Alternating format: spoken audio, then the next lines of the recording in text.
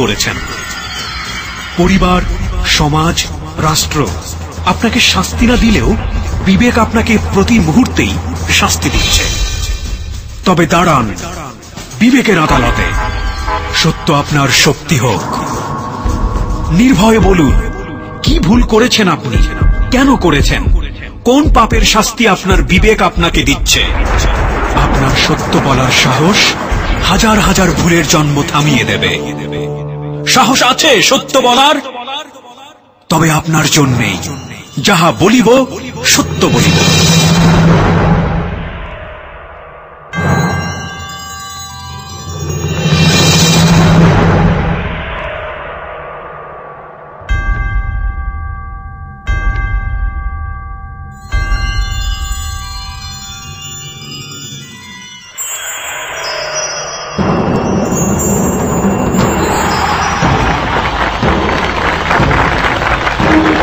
প্রিয় শ্রোতা, রবিবারের রাতে আপনাদের সবাইকে আমন্ত্রণ জানাচ্ছি যাহা বলিব সত্য বলিবতে। এই মুহূর্তে আরজে কিবরিয়া রয়েছে আপনার সঙ্গে, এবং আমাদের সঙ্গে রয়েছে যাহা বলিব সত্য বলিব টিম মেম্বার আরজে সুমন এবং সাউন্ড এডিটর মঞ্জু। আজকে যাহা বলিব সত্য বলিব একটু ব্যতিক্রম।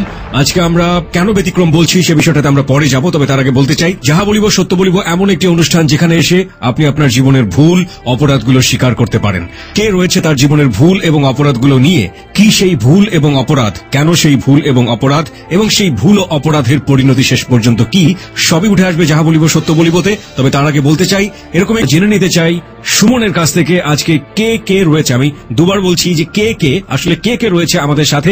এই প্রথম যাহা বলিব সত্য বলিবতে তিনজনকে আমরা পেয়েছি একই সাথে জীবনের ভুল এবং অপরাধগুলো নিয়ে। আজকে তারা লাখো মানুষের মুখোমুখি হচ্ছেন। চলুন আমরা সুমনের কাছ থেকে জেনে নেই কে কে রয়েছেন আজকের যাহা বলিব সত্য বলিবতে। যাহা বলিব সত্য বলিব।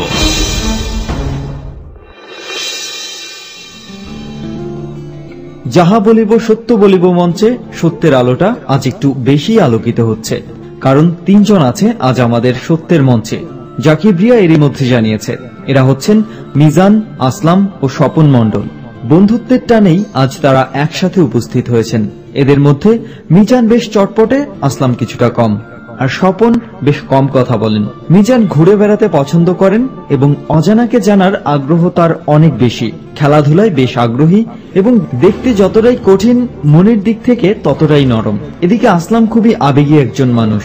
একবার রাস্তার এক হতদরিদ্র বালক আম খেতে চাইলে আসলাম তাকে নিজের জন্য কেনা পুরো 5 কেজি আমই দিয়ে দেয়।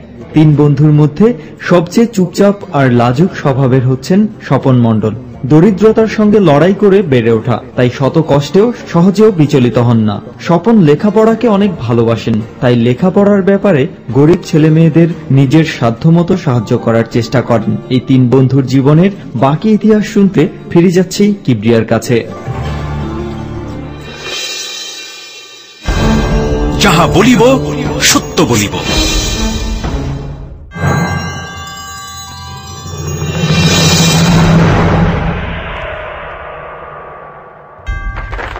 অনেক অনেক ধন্যবাদ সুমন আমাদেরকে জানিয়ে দেওয়ার জন্য যে আজকে তিনজন বন্ধু রয়েছে আমাদের সঙ্গে, মিজান, আসলাম এবং স্বপন মণ্ডল। এই তিনজনের কাছে আমরা যাব, তবে তার আগে আপনাকে বলতে চাই যাহা বলিব সত্য বলিবতে আজকে এক্সপার্ট প্যানেল থেকে আমাদের সঙ্গে যোগ দিয়েছেন জাতীয় মানসিক স্বাস্থ্য ইনস্টিটিউটের প্রফেসর ডক্টর তাজুল ইসলাম। প্রথমে আমি একটু তার সঙ্গে ফোনে কথা বলে নিতে চাই এবং আপনাদেরকে আশ্বস্ত করতে চাই যে তিনি আমাদের সঙ্গে রয়েছেন।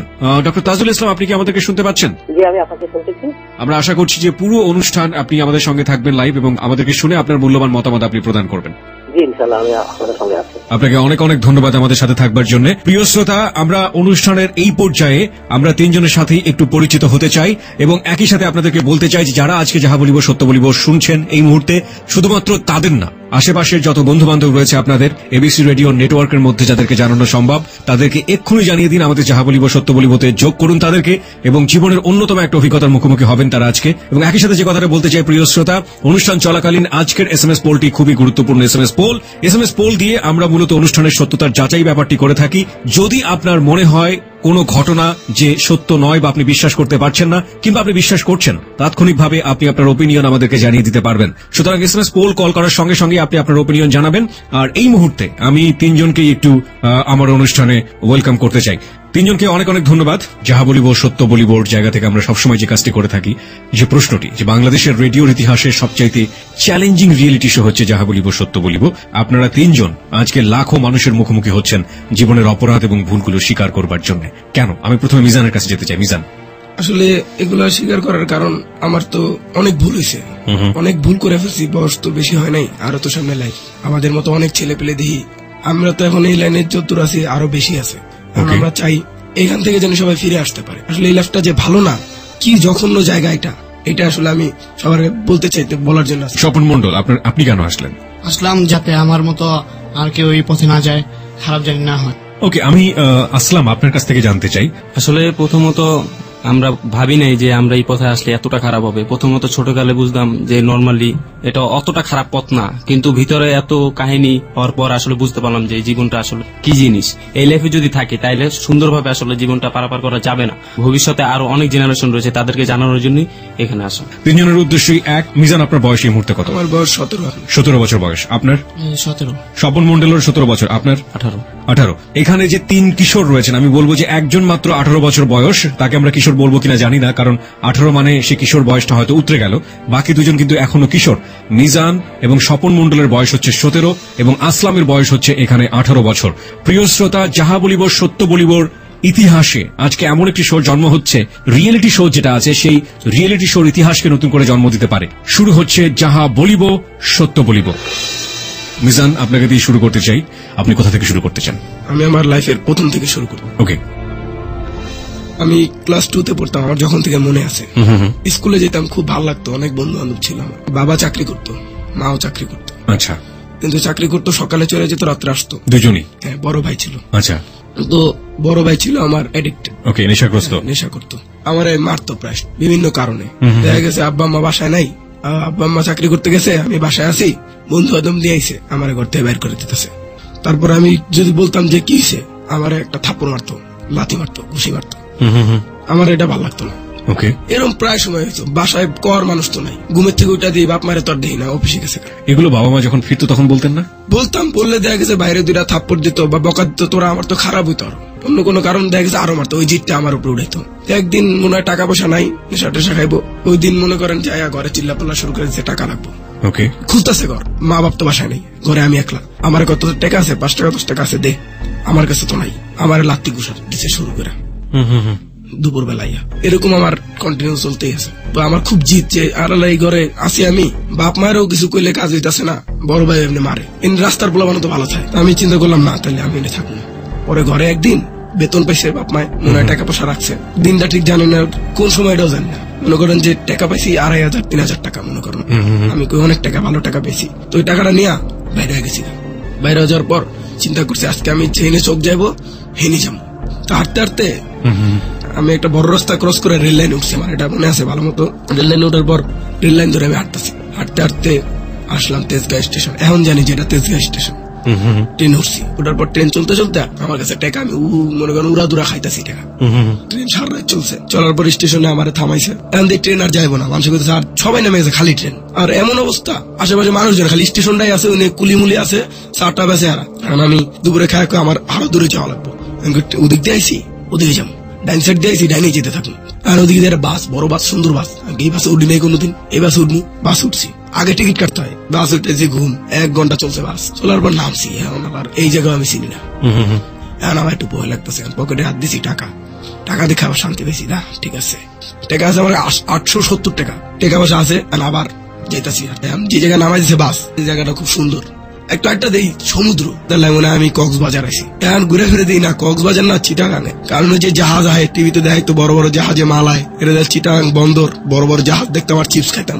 3 দিন পার হয়ে গেছে না, 3 দিন শেষ, আমার টাকা শেষ। কি করবো? আমার বাসার নাম তো আমি জানি না, বাজারে ঢুকছে একটা, তারটাতে যে এনে থাকলে হবো না, এনে তো কোনো মানুষ আমার খাইতেই দিব না, ফরেনিয়ার মানুষ হইতো। বিদেশি মানুষ এলে চায়না মানে কইতো, হাসতাম আর শুনতাম খালি, কইতাম, হেরা হাসতো। পরে বাজারে ঢুকে আমার মনটা খুব খারাপ, খিদা লাগছে, আমার কাছে টেকা নেই। আমি করলাম কি, কান্দে দিচ্ছি, খুব খারাপ লাগতেছিল, আমার টেকা নাই। খাওয়ান আশেপাশে তো টেকা থাকলে তো খাইতাম। এটা চিটাগাং খালি শহরে। কান্দাছি, একটা মুদির দোকানের সামনে বেজে, আমি যদি কান্দি আমার একটু রুটি টুটি দিব খাইতে। বাড়ির কথা তো মনে পড়ছে না? বাড়ির কথা মনে পড়লো যখন চিন্তা করি বাইক হারাইবে আরো গেলে। আমি কান্দাছে অনেক বেড়াই, দোকানে সদাইপাতি কিনতে এসে, ময়দা টদা কিনতেছে। আমার কি হয়েছে? আমি তো কই দেন আমি তো এরকম আশা পড়ছি, কই না এসে কই থাও। আমি আসছিলাম এদিকে, ওই জায়গায় জাহাজ দেখছি, আমার তো খিদা লাগছে, ঢাকা পাঠাই দিই। ঢাকা পাঠাই দিন না, আমি যাবোই না, আমি ঢাকা যাম খুলে। ওরা ওনারা করলাম আমার তাহলে আপনি লগে রান, মনে করেন যে আপনি কাম করে দিন। আমার তো হোটেল আছে, ভাতের হোটেল, কাম টাম করাইতে তো আমার লাগবো। আমি আচ্ছা ঠিক আছে, আমার লাগে, কিন্তু যদি আমারও নেবে কান্দোস তাহলে কিন্তু আমি তোর পাঠাই দিব। কারণ ঝামেলা, তুই কান্নাকাটি করলে মানুষ আমার বকা দিব। আমি ঠিক আছে কামে ঢুকছি, কাম কি বেশি কাম না, ওই মাঝে মধ্যে পুষা দিতাম গামছা দিয়া, আবার মনে করেন মাঝে মধ্যে খাবার টাবার দিতাম। তো এক পর্যায়ে আমার একটু যখন বড় হয়েছে, 1 বছর হয়েছে এরকম গেছি, ভালো খুব আদর করে। ও 600 টাকা বেতন দিত আমার মাসে। আচ্ছা, প্রথমে দিত না, প্রথম 1 মাস দিত না, পরে 600 টাকা বেতনও দিত, খাওয়ান দাওয়ান তো ফ্রি, থাকা খাওয়া ফ্রি। থাকতাম আমি হোটেলে আরেকটা পোলার লগে। এখন আরেকটা কথা, বন্দর শহরে ওই সব জেলায় বা এলাকায় কিন্তু একটু এইসব জিনিস বেশি, আর কি বলবো এটারে, খারাপ লাইন বেশি। ওকে, তো দেখতাম এরকম মানুষ হয়তো, এরকম মানুষ হয়তো বুঝতাম কেমন, একজন এলে একজনের লোকে 5 জন থাকতো পিছে, যে নেতা থাকে না, নেতারা এই নেতাকে পিছে অল টাইম 2-4 জন থাকে। একজন খাইতে ঢুকতো হোটেলে, 5 জন মনে করেন পুরো একটা গ্যাং, কিছু করতো না, বুঝতাম যে তাহলে মনে হয় ভালো কোনো লিডার মিডার মনে হয়। আমি আপনাকে একটু থামাচ্ছি। আচ্ছা, এই যে স্বপন মন্ডল এবং আসলাম দুজনের কাছে আমরা যাই, আপনারা 3 জন বন্ধু, আমরা প্রথমে সেটা পরিষ্কার করে নিয়েছি। আজকে এখানে মিজান যে ছোটবেলার গল্পটা বলছে, আপনারা তো কতদিন যাবত একসাথে আছেন? 7-8 বছর। 7-8 বছর আপনারা একসাথে আছেন। মিজান আজকে যেই গল্পটা এখানে বললো ছোটবেলার, এটা কি আপনারা জানেন, কখনো করেছে আপনাদের সঙ্গে এত ডিটেল? এত ডিটেলস করেনি কোনোদিন। প্রিয় শ্রোতা, এখানেই আমরা বলছি, নোট করতে চাই, 7-8 বছর যাবত ওরা 3 জন একসাথে আছে, এক প্রাণ হয়ে গেছে 3 জন মিলে। এক প্রাণ হয়ে কি কাজগুলো করেছে সেটা তো আজকে যাহা বলিব সত্য বলিবতে রিভিল হবে। তবে তার আগে যে পয়েন্টটাতে আপনাকে নোট করছি, যে জীবনের সবচাইতে গূঢ় সত্য এমন কিছু মানুষের সামনে আজকে স্বীকার করছে, যাদেরকে ওরা চেনে না, যাদেরকে ওরা জানে না, এবং তারা হচ্ছেন আপনারা রেডিও লিসনাররা। ওই জায়গাটা থেকে আমরা তাদেরকে রেসপেক্ট করব। কি ঘটনা ঘটেছে, কি কাজ তারা করেছে, সেটার জন্য তারা অপরাধী, সেটার জন্য অবশ্যই আমরা চাইবো শাস্তি হোক, তারা নিজেরাও চায়। কিন্তু যে বিবেক বোধের তাড়না বোধ থেকে তারা আজকে এখানে এসছে, যে আমাদের মতো ভবিষ্যৎ যেন কোনো কিশোরের না হয়, আমাদের মতো ভবিষ্যৎ বা আমাদের মতো ভুলে ভরা ভবিষ্যৎ যেন কোনো ছেলের না হয়, সেই বোধটাকে আমরা রেসপেক্ট করতে চাই। ওকে বিজান, তারপরে আপনার কাছে যাচ্ছি। হ্যাঁ, তারপর কি হলো? তারপরে দেখতাম আজ তো বড় বড় ভাই, বুঝতাম তখন যে আগে ক্ষমতা আছে বড় কেউ। তারপর একটা ভাই আমার খুব ভালো লাগতো, আমার খুব আদর করতো, রেগুলার কাস্টমার। খাইতে এলে আমার যে 2-1 টাকা দিত, 5 টাকা টিপস কয় যেটা দিত, আমি আবার করতাম কি, এগুলা ভালো লাগতো খুব। সবাই যেমন দেয় ওনার একটু বেশি দিতাম। ডাল দাও, একটু ডাল বেশি দিতাম, মাংস মাছ মনে করেন আমি ওনার একটু মনে করেন আমিও ভালোবাসতাম, এর লোক একটু দিতাম বেশি বেশি। তো ওনার লগে সবসময় থাকতো আসলামের লগে পরিচয় আমার তখন ওনার সাথে। এই আসলাম আমার বাম পাশে বসে আছে। আসলাম তখন আমার বয়সে ছিল কিন্তু। এক্স্যাক্টলি, আমি একটু আসলামের কাছে যাই। ওর একটা শৈশব আমরা দেখলাম, যে এরকম একটা শৈশব। আলটিমেটলি আপনার শৈশবের ব্যাপারটা আসলে কেমন ছিল, কেন ওই ছেলেটার সাথে আপনি? না, আসলে আমার শৈশবে প্রথমত আমি যখন বড় হই তখন আমার মামাকে পাই। আমি প্রথমে আমার বাবা মাকে পাই না, মামার বাসায় বড় হই। যখন আমার 3 থেকে 4 বছর, তখনই সোবান ভাইয়ের কাছে আমাকে দিয়া দেয়। সোবান ভাই মানে যে হোটেলে যিনি গিয়েছিলেন উনি হচ্ছে সোবান ভাই। ওকে, তারপর তার সাথে থাকতাম, তার সাথে ঘোরাফেরা করতাম। আমাকে সব মামাই দিয়ে দেয় আপনাকে? হ্যাঁ, মামাই দিয়ে দেয়। তার মানে আপনার ফ্যামিলি সম্পর্কে আপনি তেমন কিছুই জানি না? পরবর্তীতে মামার কখনো মামার সামনাসামনি হয়ে জিজ্ঞেস করেছিলেন? তারপর হয়নি, ওই সোবান ভাইয়ের কাছে দিয়া আমাকে মানে উদা হয়ে গেছে, এক কথা শেষ, তারা আমি খুঁজেই পাইনি। সোবান ভাইকে কি জিজ্ঞেস করেছিলেন যে ভাই? সোবান ভাইকে জিজ্ঞেস করেছিলাম যে ভাই আমার মামা কই? তোমার মামা আছে, একটা কাজে গেছে, আর তুই কোন কাজে, তার লগে আমার একটু কথা বলায় দেন, এতদিন ধরে আমি তারা দেখতাছি না। সে বলতেছে যে আছে কোন এক জায়গায় আছে, এরকম বইলা বইলা কাটায় যেত, বেশি কিছু কথা বলতো না। এবং ফ্যামিলির খোঁজ খবরও পাননি কোন ফ্যামিলি থেকে আছে? একমাত্র সোহান ভাই হচ্ছে আপনার অভিভাবক, যার সঙ্গে আপনি ওই হোটেলটাতে যেতেন। আপনার ক্ষেত্রে কি ছিল স্বপন মন্ডল? আমার ক্ষেত্রে ছিল, আমি ছোটবেলা বাবা মার সাথে থাকতাম, তো খুব অভাবে ছিলাম আমরা। পরে বাবা মা চিটাগাং একটা কাঠমিস্ত্রি দোকান আমার দেওয়া যায়, যে বলে যায় কাজ করতে। পরে ওর পাশের হোটেলে কাজ করতাম, কাঠমিস্ত্রি। মানে আপনার পাশের হোটেলে কাজ? সামনে আমার যে হোটেলটা ছিল, হোটেলের রাস্তার অপোজিটে একদম সোজাসুজি বরাবর কাঠমিস্ত্রি দোকানে ও তখন কাম নাই। টাকা পয়সা দিত আপনাকে? কিছু দিত, আর থাকা খাওয়া ফ্রি, কিন্তু মাঝে মাঝে একটু ভুল করলে মাইর ঠেলে দিত। এগুলো যখন বাবা মাকে বলতেন তখন কি করতো? বাবা বলতো যে বাবা থাক, টাকা পয়সা না কি করবি। প্রিয় শ্রোতা, আমরা 3 জনের শৈশব আবিষ্কার করেছি এখানে, এবং 3 জনের যে আত্মিক বন্ধন বা বন্ধুত্ব সেটা কিভাবে হলো সেটাও আপনারা মোটামুটি বুঝে গিয়েছেন। যারা মোটামুটি সমবয়সী 1-2 বছরের বড়, এই 3 জনের বন্ধুত্ব কোনো না কোনো ভাবে সেই সময়টাতে গড়ে উঠেছে। সেই জায়গাটিতে আমরা যাব। তবে তার আগে আপনাদের সবাইকে একটি SMS পোলের মুখোমুখি করতে চাই। যারা এতক্ষণ যাবত আমাদেরকে শুনেছেন, তারা যদি মনে করে থাকেন যে এখন পর্যন্ত এরা 3 জন আপনাদের সামনে যতটুকু কনফেস করেছে ততটুকুকে বিশ্বাস করা যায়, তাহলে লিখতে হবে ইয়েস। আর যদি মনে করেন যে না, যা বলছে তাতে বিশ্বাস করার মতো তেমন কিছু নেই, তাহলে লিখবেন নো। আর যদি আপনি কনফিউজ থাকেন তাহলে আপনি লিখবেন নো কমেন্টস। চট জলদি পাঠিয়ে দেবেন। একটু পরে আমরা কম্পিউটারের কাছ থেকে জেনে নেব SMS পোলের রেজাল্ট। মিজান, আপনার কাছে ফিরি, তারপর কি হলো? তারপরে জোবান ভাই আসতো, তারপর আসলাম ভাই তোর লগে। আমার আসলামের লগে একটু ভালো খাতি লেগে গেছে, এক বয়সী একটু দৌড়াদৌড়ি করতাম, কথা কইতাম, কিরে কেমন আছোস? আবার কইতো আজকে ভাই আঙ্গ আইসক্রিম খাওয়াইছে, এটা কইতো তুই তো গাড়ি কইতাম, কারণ উনি তো ওরম মানুষ পাই নাই এখন পর্যন্ত। তোরে পেয়ে আমার খুব ভালো লাগছে, তখনও কিন্তু ওর লগে আমার একটু পরিচয় হয়েছে। আচ্ছা, এই যে মন্ডলের লাগে একটু আমার লাগে দোকানে থাকতো, কথা হইতাম। তারপরে ওই আমার কইতো সোবান ভাই কিন্তু অনেক ভালো, সারাদিন কাম করো, আমি কাম না করে এর লাগে আইটাই খাওয়ান পাই ফিরি ফিরি। আমি কই ভালোই তো তাই। পরে ওই মনে হয় সোবান ভাই আমার কথা বলছিল যে ভাই ওরাও লেলন, কারণ ওর লোক একটু ভালো খাতে লেগেছে তো, চিন্তা করতেছে আমি থাকলে সুবিধা হইব। তো এরকম সোবান ভাই আমার ডাক দিছে, কিরে মিজান তেমন লাগে যাবি নি, আসতাম আছে এক লগে থাকবি দুজন। তখন আমার একটু বেতনটা বাড়ছে, তখন 1000 টাকা পাই। 1 বছর মনে করেন শেষ। এই 1 বছরের মধ্যে বাড়ির কথা মনে পড়েনি? বাড়ির কথা মনে পড়লে ভাই যখন ওটি আবার মনে পড়তো তখন ডেভেল হয়ে যেত। সেখানে ভালো আছি। হ্যাঁ, এনেই ভালো। একটা বিষয় এখানে নোট করার মতো, সেটা হচ্ছে যে শৈশবে সাধারণত যে জিনিসটা দরকার হয় বন্ধুত্ব, ও কিন্তু বন্ধু পেয়েছে। টাকা পয়সা সে মান্থলি এখানে পাচ্ছে। 2 নম্বর বন্ধুত্ব, সেটাও এখানে সে পেয়েছে, 2জন বন্ধুত্ব। 3 নম্বর হচ্ছে এই যে টিপস পাওয়ার ব্যাপারটা, লোভের যে ব্যাপারটা, সেটাও কিন্তু হোটেলে ঘটছে। মারের কেউ এখানে নেই এবং 3 বেলা খাওয়া দাওয়া সে ঠিক মতো পাচ্ছে। তাহলে সে বাড়িতে কেন যাবে? কারণ সে বাড়িতে কিন্তু সারা দিন বাবা মায়ের কোনো সংস্পর্শ পেত না, শুধুমাত্র বড় ভাইয়ের অন্যায় আচরণ ছাড়া। তারপর আবার একদিন এসে সোবান ভাই খাইতে, ইসলাম আমার কইতাছে কয় সোবান ভাই এদিন কইছিল না আমাকে লগে থাকতে, আমাকে লগে এক লগে থাকবে বেটা, কাম করো বেটা, আঙুল ঘুরবি খালি, ঘুরে খাও। আমি কি করে সোবান ভাই কদি একটু কি করে আমিও তো জানি না। অনেক জায়গায় যায়, অনেক মানুষ আহে, খাউন টাউনও নিয়ে আহে। ওই দিনও সোবান ভাই আমার কইছে, মনে হয় মনে খোঁচা দিছে সোবান ভাই একটু, আমার কইতেছে মিজান চল আমার লাগে। আমি কই না ভাই দেখেন আপনাকে জামু, আমার বড় করছে, দোকানদার ছিল হালিম ভাই, উনি আমার ভাই দেখেন চাকরিটা দিছে, কারণ আপনার কাছে যাবো, আপনি 2 দিন পর ভাগাই দিলে তখন আমার হ্যাঁ নিব না, কোনো সমস্যা নেই। আমি কমু নয় আমার ছোট ভাই। আমি একটু রাত্রে চিন্তা করছি যে আসলে তো কাম করি, ওই দিয়ে আমার ভালো হয়েছে, আসলাম এটা দেখতাম ভালো জামা করে পুরা, তাহলে যাবনি। এরপরে আমি আবার একটু হালিম ভাই কইলাম ভাই এরকম সোবান ভাই যেতে কয় একা যাইস না, খারাপ মানুষ। আমি আবার চিন্তা গেলাম, খারাপ মানুষ, হ্যাঁ আমার কত ভালো পায়, টাকা পয়সা দেয়, আসলাম কত ভালো আছে, আসলাম করলো না খারাপ মানুষ। আমি চিন্তা করলাম না তাহলে যাই আর কাছে যাই দেখি। পরের দিন আবার এসে পরের দিন এসে রাত্রে, আমি কিনে আসলাম রাত্রে এলি, তখন মাইক্রোবাসে গেছি, লাল একটা মাইক্রোবাস বেড়া যে জোরে চলে, এসিও আছে ভিতরে। আমি তখন মাথা গেছে নষ্ট, আমারও মাইক্রোবাসে উঠতে হবে। মাইক্রোবাসে যাই, সোমান ভাই আমি ওদিন আইডে যাই ভাই আমি আপনার লগে থাকবো। পরে নগদ হালিম বেড়ে ডাক দিল, হালিম আমি কিন্তু মিজানের লয়ে যেতেছি, আমার লগে থাকবো, সমস্যা নেই, চান্স নেই। প্রিয় শ্রোতা, বিরতির ঘন্টা বেজে গেছে। আমরা ছোট্ট একটা বিরতি নিতে চাই, মাত্র 3 মিনিটের বিজ্ঞাপন বিরতি। তবে তার আগে আমরা কম্পিউটারের কাছ থেকে জেনে নিতে চাই SMS পোলের রেজাল্ট।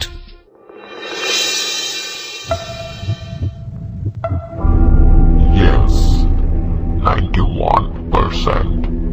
No, 3%. No comments, 6%.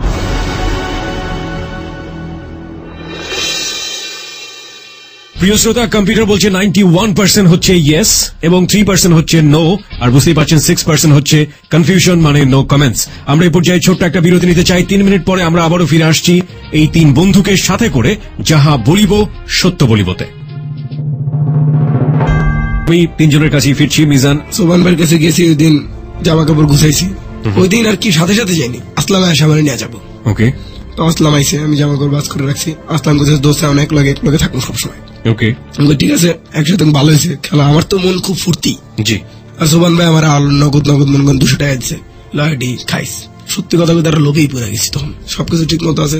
সোবান ভাইয়ের কাছে গেলাম, ওই দিন আমার কোনো কাম নাই, আসতাম ওই দিন নিল না, একলা বাড়িলো। পরের দিন সোবান ভাইকে চল আমার লগে, আমার পাট আর হ্যাঁ তো ভয় পাই সবাই, আমি আমার লগে, আমারও তাহলে একদিন ভয় পাই।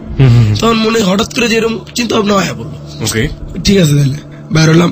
এখন দিই হ্যাঁ লগে হাঁটলে হেরে মনে করেন সবাই সালাম দেয়, আর হেরে ভাই অল টাইম ফোনে বিজি, আঙ্গ তো ফোন টোন নাই, এরকম চলতে আছে। সোবান ভাই লাগে যাই, শান্তি লাগে, বাহ। আমি একদিন সোবান ভাই কইতো তোরাও একদিন আমার জায়গাটা লবি, তো শান্তির কাম, কাম কি আমার তো মনে হয় কি কমু ভালো জায়গায় আছি, সুখ শান্তি ভালোই, একটু বড় সর হয়েছি। আগে হাফ প্যান্ট বেড়া করতাম, এখন মনে করেন ফুল প্যান্ট বেড়া করি, জিন্সের প্যান্ট একটু স্টাইল মারতাছি।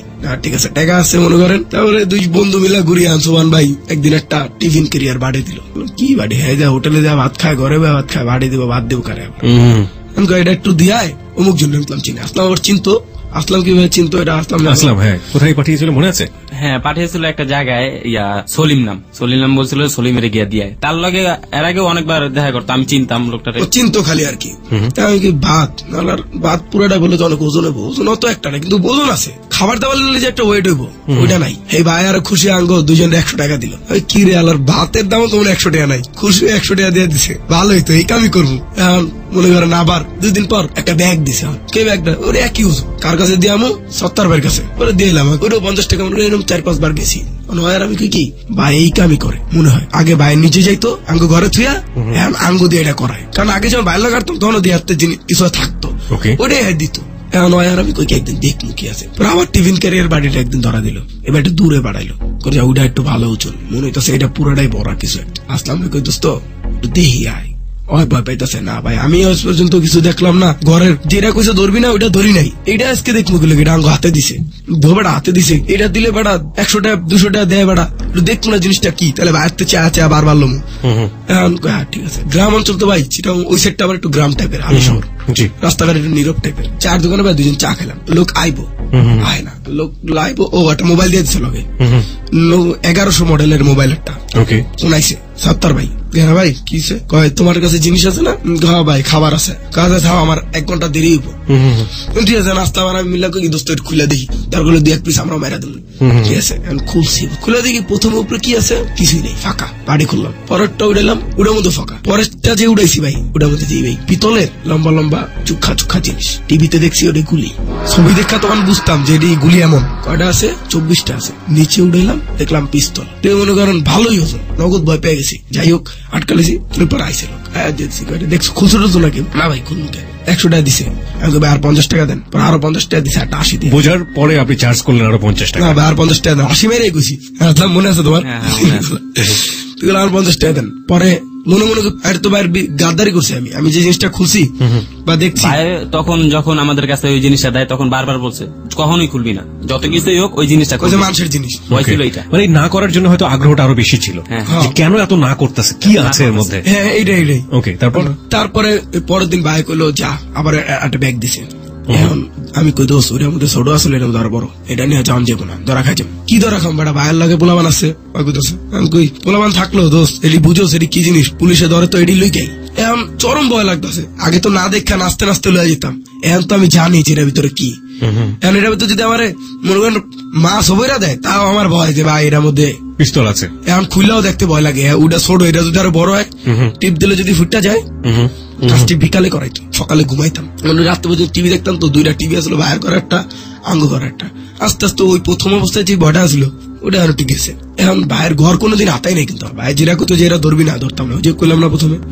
এটা ধরবি না, এখন একটু খটকা তো রাখছে, তার মানে এটির মধ্যেও মনে হয় দোস্ত, ভাই একদিন বাসায় নেই, ভাইয়ের ড্রয়ার চাবি থাই ড্রয়ারের উপরে খুলছি, দেখি এটি খোলাখুলির কাজগুলো করা, এটা কে করতো, আসলাম করতো নাকি আপনি? আমি করতাম, ওই আমার না করতো, মানে ও বেশি ভয় পেত, হ্যাঁ এখনো একটু ভয় পাই ভাই, আপনাকে প্রোগ্রামে যাওয়ার সময় যখন ওরা কইছি যে আমরা এরকম কমু, তখন একটু ভয় পাইছি, একটু ভয় পেয়েছেন, আপনি সাহস দিয়ে নিয়ে এসেছেন, ওকে। তারপরে খুললাম ওই দিকটা, একটাই খুললাম, যে এটা একটু বড়, এটা একটু খুলি, অনেকগুলো দেখাইছে কিন্তু শুধু ডর না, উনি মনে করেন এমনও জায়গা ছিল ঘরের ভিতরে, যে মাটি ফাইটটা গেছে, ওই জায়গাটা পরিস্থিতি বেচা আবার সিমেন্ট দিছে, এখন চরম পর্যায়ে গেছে সন্দেহ, এত কাহিনী করলো ভাই, যা আঙ্গু কইলো না, আমার মনে মনে আঙ্গু কইবে কি, আমি যে খাওয়া রাখছি এটাই তো বড়, ওকে, তাও ভাই সন্দেহ মনে করেন যে আরো খুব ভালো লাগে, যখন একটা জিনিস বাইর করি বা মনে করেন যখন নতুন নতুন কিছু দিই, ভয় লাগলে কিছু তখন একটা মজাও লাগে, এটা এতদিন দিই নেই, দেখছি একটা খুলছি ভাই, খোলার পরে দেখলাম এটার মধ্যে 2টা পিস্তল, ছোট ছোট গুলিও আছে, ধরি না, আবার ভয়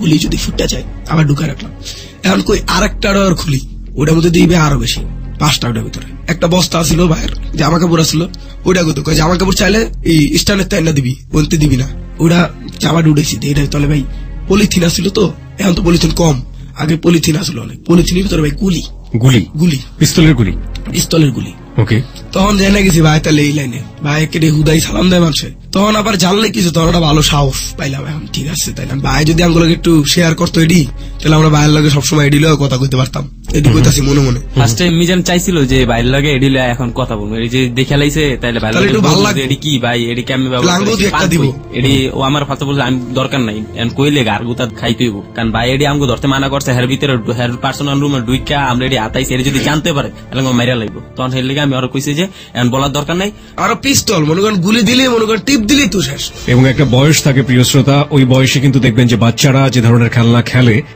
তার মধ্যে বিশেষ করে ছেলে যারা আছে তারা কিন্তু এই পিস্তল এই জাতীয় জিনিসপত্র দিয়ে খেলতে পছন্দ করে। ইনফ্যাক্ট আমি নিজেও ছোটবেলায় খেলতাম। আমি এই জন্যই পয়েন্ট করছি যে এই জাতীয় জিনিসের প্রতি ছোটবেলাতে শিশুদের বা কিশোর বয়সে ব্যাপক রকমের একটা আগ্রহ থাকে। ওরা কিন্তু ভয় পাচ্ছে, সেই ভয়টা হচ্ছে আমরা জেনে ফেলেছি আমাদেরকে সোভান ভাই কি বলবে সেটা। কিন্তু সোভান ভাই যদি ওদেরকে অ্যাফিলিয়েট করে ফেলে ওদের সাথে যে লাইক তোমরাও এটা ব্যবহার করো বা তোমরা থাকো আমাদের সাথে, সেটা তো ওরা অনেক ভালো ফিল করবে। এই অনুভূতিটা কিন্তু হচ্ছে। মানে এখানে আরেকটি পয়েন্ট করতে চাই, এখানে আমরা স্বপন মণ্ডলকে এখন পর্যন্ত রিলেট করতে পারিনি, কারণ ওরা দুজনকে আমরা একই সাথে পেয়েছি। স্বপন মণ্ডল হয়তো সাইমুলটেনিয়াসলি একটু পরে চলে আসবে ওদের ঘটনার পরিপ্রেক্ষিতে, তখন তিনজনই ওরা একই সাথে সামনের দিকে এগিয়ে যাবে। জীবনের অনেক বড় একটা সময় ওরা এখন পর্যন্ত একসাথে কাটাচ্ছে এবং সেই শৈশবটা কতটা দুর্ধর্ষ এবং এখন পর্যন্ত সেটা কতটা দুর্ধর্ষ ঘটনার জন্ম দিতে পারে আপনারা কিছুটা হলেও আজ করতে পেরেছেন। প্রিয় শ্রোতা, ওদেরকে দেখার জন্য চলে আসতে পারেন আমাদের ফেসবুকে। আমাদের ফেসবুকের ঠিকানা facebook.com/ABC Radio FM 89.2। ওকে মিজান, তারপরে ফিরি। তারপরে এরকম দিন যেতেছে আমি কাজ করি, আমি মনে মনে এডি যদি করে দেই সোবান ভাই আঙ্গু কোন না একদিন কইবই যে এডি কি জানোস, এডি চিন্তা করতেছি মনে এডি কইবই একদিন, কয় না।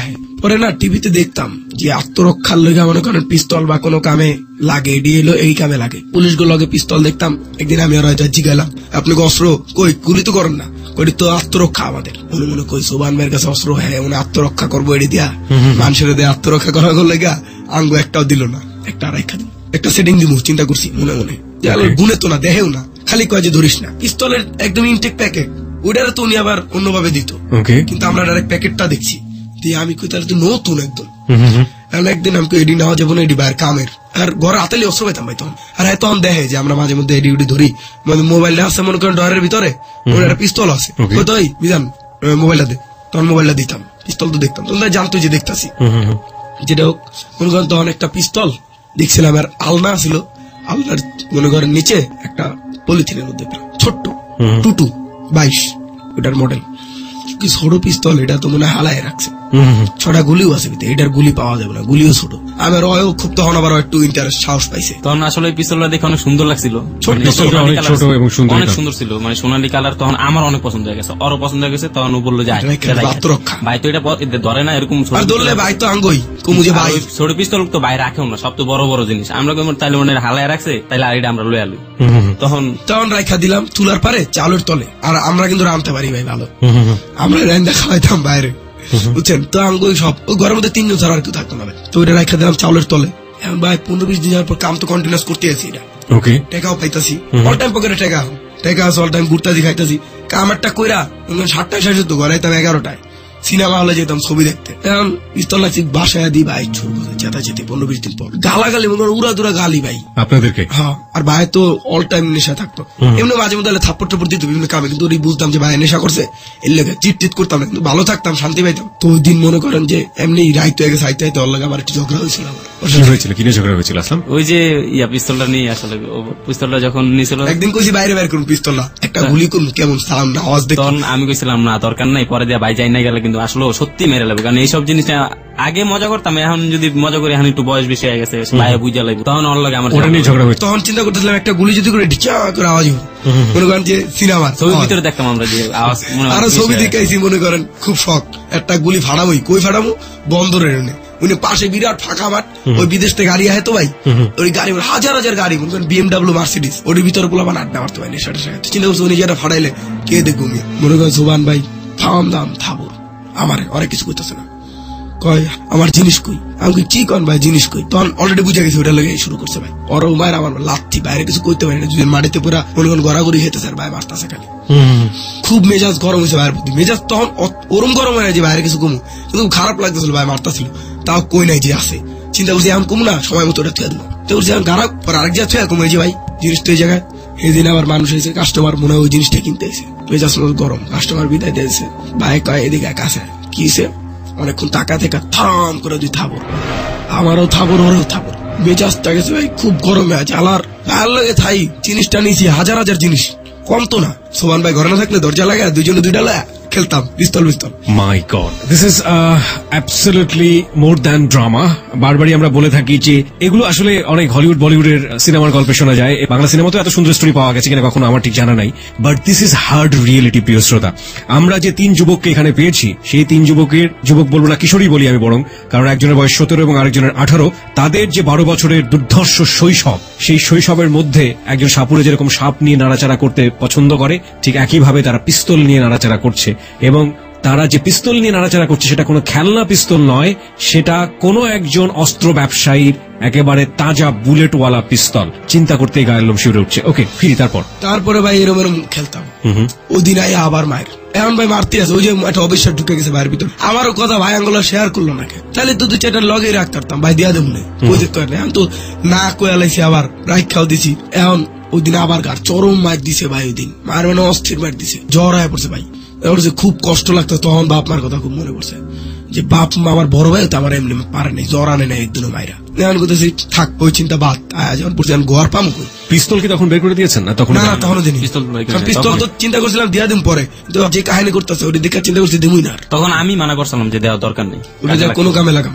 দুজনকেই পিটিয়েছেন এক লাগে, মনে করেন ওরা তো বিছানায় ফালায় দুধছে পিটাইছে, আমার নিচে ফালায় পিটাইছে, লাত্তি গুছা যা পারছে, মানে হাতের কাছে যা পাইছে মোট কথা। আমার তখন মনে হয়েছিল যে বড়ি পাইলে বড়ি দিয়ে আমাদের খুব দিত ভাই, তার কাছে লাঠি ছিল, লাঠি দিয়ে পিটাইছে, লাঠি ভাঙ্গা ফালাইছে, পরে পাও দিয়ে লাইতেছে। তারপর আপনারা দুজনের মধ্যে একজনের স্বীকার করেন যে পিস্তল। তখন তো আমার ইয়াবা খাইতো বুঝছেন, এখন যেটা 250 টাকা তখন ওটা 500 টাকা। পিটাইতে পারে তো হয়রান যতক্ষণ হয়েছে ততক্ষণ পিটাইছে, তারপর হয় থামছে। এখন দুজনে মিল্লা ওই দিন ঘরে ঘুমাইনি, রাগ হয়েছি, পাক ঘরে ঘুমাই, দুজনে মিল্লা কামছে আর সকাল উঠটা বাইক আছে কিছু কামটাম 2 দিন আর দেয় নাই, 2 দিন বা 2-4 মনের কথা কইছে দোষ এরকম আমার। তখন ওই দিন একটু কইছিলাম যে আমার ভাই আমার গাড়াইতো, এর লেগে বেয়া পড়ছি, আজকে আমার এই নিয়ে গাড়াইতেছে, কি করবো আমি এখন, কি করবো? হালার উপরে মেজাজ গরম, তখন একটু গালা, তখন একটু বড় হয়েছি না ভাই, একদম হালা নেই, কত কাম করে দিচ্ছি, নিজে করতে আর নাম না করে দিচ্ছি। তারপরে ভাই মনে করেন যে ওই দিনে মারতেছে না, গালি মা বাপ তুলে ভাই খারাপ গালি, তখন আবার বুঝতেছি যে মা রে তুলে গালি দিতেছে, ওরা মাথা নষ্ট। ছবি তো দেখতাম মা তুলে কিছু কইলে হিরো থাপ্পড় মারতো, তো ওই রকম একটা ফিল হচ্ছে নিজের মধ্যে। থাপ্পড় তো মারতে পারবো না, ভেরি ইম্পর্টেন্ট পয়েন্ট প্রিয় শ্রোতা, জাস্ট নোট করুন এই কথাগুলো। ওকে, তারপর থাপ্পড় তো মারতে পারবো না বাইরে। এখন চিন্তা করছি বাইরে একদিন তাহলে কাম করবো, বাইরে নে। ও দিন দেখছি কি ভাই টাকা আনছে অনেক, 15,000-16,000 টাকা ক্যাশ, ওই বাইরেটা মনে আবার ভালো, কিন্তু ওই এলাকা ওই দিন মারা নাই, গালাগালি করছে খালি। এখন ওই দিন আমি আর মিলে প্ল্যান করছি হালার কাছে কি থাকবে, তো বড় হয়েছি বেটা, আগে তো কামের ভয় পাইতাম যে কাম পামুনি, এখন কাম দুজনেই করতাম বেটা, আর তো কিছু টেলো লাগলে একটা চাপ পানের দোকান দেবো দূরে যা, একটা প্ল্যান আয়া পড়ছে। মারি মারি বলতে খুন করবো না, ওরে ইস্টা মুস্টা আসলো, নাহলে কোন লাডে নুলে খিচা পিড়াম পিড়া মায়েরা মায়েরা জামগা, দুজনে মিলে পালিয়ে পালাই দাম টেয়া বসালে, অস্ত্র মস্ত্র এরকম কোনো চিন্তাই নেই, খালি পিড়ায় জামগা, মানে যে মাঠটা বেড়েছে তার 70 লাখ টাকা লয় জামগা। ছিলেন যে আপনারা প্ল্যান করলেন দুজনে মিলে, মিজান এবং আসলাম, যে প্রচুর মারবো, মারার পরে কিছু টাকা পয়সা নিয়ে পালিয়ে যাবো। তারপর কি হলো? তারপরে রাত তখন 3টা বাজে, চিন্তা করছি ঘুমাবো, 2টা বাজে উঠবো, কিন্তু ঘুম একটু বেশি হয়ে গেছে, 3টা বাজে গেছে। আমি আগে উঠছি, আসলাম ওই বেটা উঠুস না, কিসে ওই বেটা আমার পিড়া মুনা, গালাগালি করতেছিলাম যে আলারে পিড়া মুনা আয়, গজারে 2টা লইলাম। গজারে বলতে কি কাঠের স্ট্যান্ড হয় না ভাই, ওর কাঠ, আর আঙ্গো যে ওইটা তলেতে আঙ্গো পিস্তলটা লইছি, আর কি ওইটা নিছি কে কিছু নিমু না, 15,000 টাকা নিবো, আর এটা তো আগেতে রেখেছিলাম, ওরা পিছে লইছি, পকেটে লইছি, তো ওরা লইছি, কিন্তু জানি পিস্তল কেমনে চালায়, এটা অলরেডি শিক্ষা লাইছি। এখন গেছি, এখন ওই মনে করেন মারবো, ওইটা আমার থাকছে এবার দাঁড়া, কিসে আয় মারবো না, আমি করে এমনি মারলে তো মনে করো ওটা কাপুরুষ, ছবিতে দেওয়াস না কাপুরুষটা পিছন দিয়ে হামলা করলে, আর উঠে আমার লাইট জ্বালাইছি, পাও ধরে ঠেলাইছি, ভাই গালি খারাপ গালি দিছে যে আলার পালারা কিসে এত রাত্রে, পর আমি কিসে মনে করেন কি চায় পিড়াইছি মন মতো ভাই, আর অস্থির বানালেছি পিড়া, মনে করেন দুজনে পিড়ানো শুরু, আমি কোলের উপর উঠে দাম দাম পিড়ানো শুরু, স্ট্যান্ড বড় ছিল তো, অর্ধেক ভাঙে গেছে, অর্ধেক দিয়া পরে খাড়ে উঠটা পিড়াইছি, ওই পিড়াইতে আমি তো নিজ দিয়ে পিড়াইতেছি, ওর বিছনার নিচে আবার যে অস্ত্র এটা জানি না, নগদ আলার পালারা, আর কি হয়তো নড়াচড়া করতে হতো না, খালি কোনো মতো 8টা দিয়ে পিস্তল বাই করছে, আমি মনে করছি দিব গুলি করে। ওই যে আবার রাত্রে নেশা করে আইছিল তো, তোর জন্য মনে করেন অতটা শক্তি পায় না, গায়ের ভিতরে দুর্বল ছিল, ওটার অতটা টাইম পায় না, তার ভিতরেই মনে করেন মারা শুরু, প্রায় নগদ 8 দিয়ে পিস্তল বাই করছে, আমি আমার তো আছে বেটা বার করে সামনে ধরছি, বেটা অস্ত্র চালাই, তার অস্ত্র আমি মারলাম, কইতাছে পারে না মানে আমি নগদ মনে করার দেখা ওই বাটন টিপ দিছি দেখ আমি তোর গুলি করবো ওরটা তো আবার ভালো পিস্তল যে দেখছি লোড করলে আমি গুলি করে দেবো আমি চাইছি গুলির সাউন্ড সাইডে মনে কর গুলি করে দেবো ভয় পাইতে গুলি করে যে দৌড় পিছিয়ে ফিরছি ওর দিকে তাকাইছি হয়তো আমার এই সাইডে ছিল এমন টিপ মারছি আমার হাতের তো গুলিও ছুটে গেছে টিপও দিছি ভাই মনে করেন গুলিও বাইরে গেছে সোজা মতো ওর গায়ে লেগে গেছে পিস্তল হাতে ঠাস করে লাত মারছে।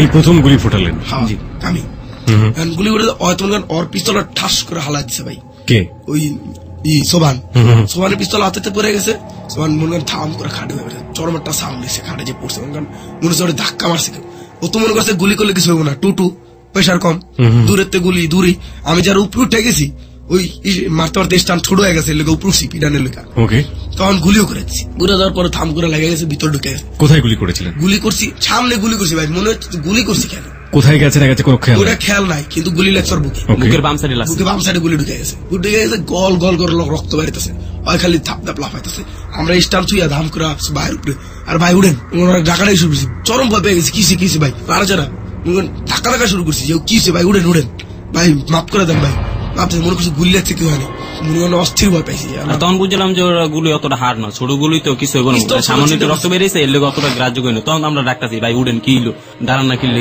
কি এরকম করতেছেন কিলো তখন আমি আসলে কান্দা দিছি এক কথা শেষে আসলে কান্দা অবস্থা আমাদের মানে ভাই তো অস্থির অবস্থা ভাইয়ের বুঝাইতেছে এখনই মারা যাবে এরকম ভাবে ইয়া করতেছে আমরা তো বুঝছি ছোট গুলি ভাই করতেছে আমগুলোকে মারছি ওই মাছ যেমন লাভ হয় না ভাই অমনি লাভ হইতেছে মধ্যে আসলাম কয় দোস্ত এরা কিছু করতাম না কথাও কইতে পারতেছে না লাভ হইতেছে খালি গুঙ্গানি যেটা কয় এখন কি করবো জামগা ডয়ের টান দিলাম ওর ড্রেসিং টেবিলের ডর 15,000 টাকা পুরো সুন্দর মতো বান্ধা তার মধ্যে আবার কতক্ষণ পর দেখি কি এমনি শুয়ে পড়ছে আমরা বুঝি মনে হয় ওই করতেছে ওই টাইমে আবার স্টপ হয়ে গেছে আমি মনে করছি এরকম থাকবো মানুষ আইবো পরে সকালে লয়ে যাবো এখন দিয়ে স্টপ হয়ে গেছে এখন আবার ছবিতে দেখতাম হাত ধরে আমি হাত ধরছি কিছু বুঝি না রে কেমনি কি করে এখন কই কি শেষ ছোট গুলি এগুলো লাগলে গুলি সবচেয়ে ছোট মনে করেন আমার কনফিডেন্স লইতাছি নিজেই যে মরবো না বেটা বের করে 15,000 টাকার ক্যাশ বললাম তারপরে ভাই 15,000 টাকা পরে ওর দিকে তাকানো বন্ধ করে দিচ্ছি পরে এখন চিন্তা করলাম কি এটা লইছি আর তো মানুষ আইলে আর এনে সব লয়ে যাবো আর ঘরে আরো হাতে এলাম ট্যাপও সাথে নিচ্ছি অস্ত্র কথা কই না ঘর হাতে এলাম আরো 200-400 টাকা পাইছি চিপা চাপাই আর ঘড়ি আসলো সুন্দর ঘড়ি লইছি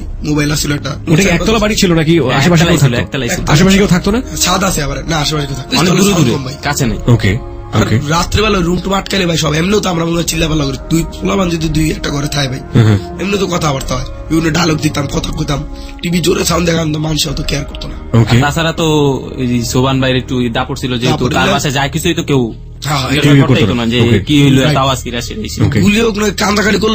এই সময় পর্যন্ত সোমান ভাইয়ের কোন আত্মীয় সাথে আপনাদের দেখা হয়েছে বা সোমান ভাইয়ের কোন ওনার কোন ফ্রেন্ড বা আত্মীয় যারা কন্টিনিউ আসতো তাদেরকে চিন্তা আত্মীয় কিভাবে যে ভাই তো শুনতাম ভাই আয়া কেউ মামা কইলে কইতো মামা হ্যাঁ কেউ খালু কইলো খালু কইতাম ওটাই জানতাম ভাই এর বেশি কিছু জানতেন কোথায় বাড়ি কোথায় থাকে কিছু জানতেন না এমন আসে না গেস্ট হয় বাসায় মহিলা টইলা বা বাচ্চা কাচ্চা নিয়ে আইসি একটু রান্না খাওয়ায় ওরম জীবনও দেখিনি। আমি একটু জিজ্ঞেস করতে চাই আপনারা কখন কি জেনেছেন যে আপনাদের ভাই এটা কোথা থেকে নিয়ে আসতো?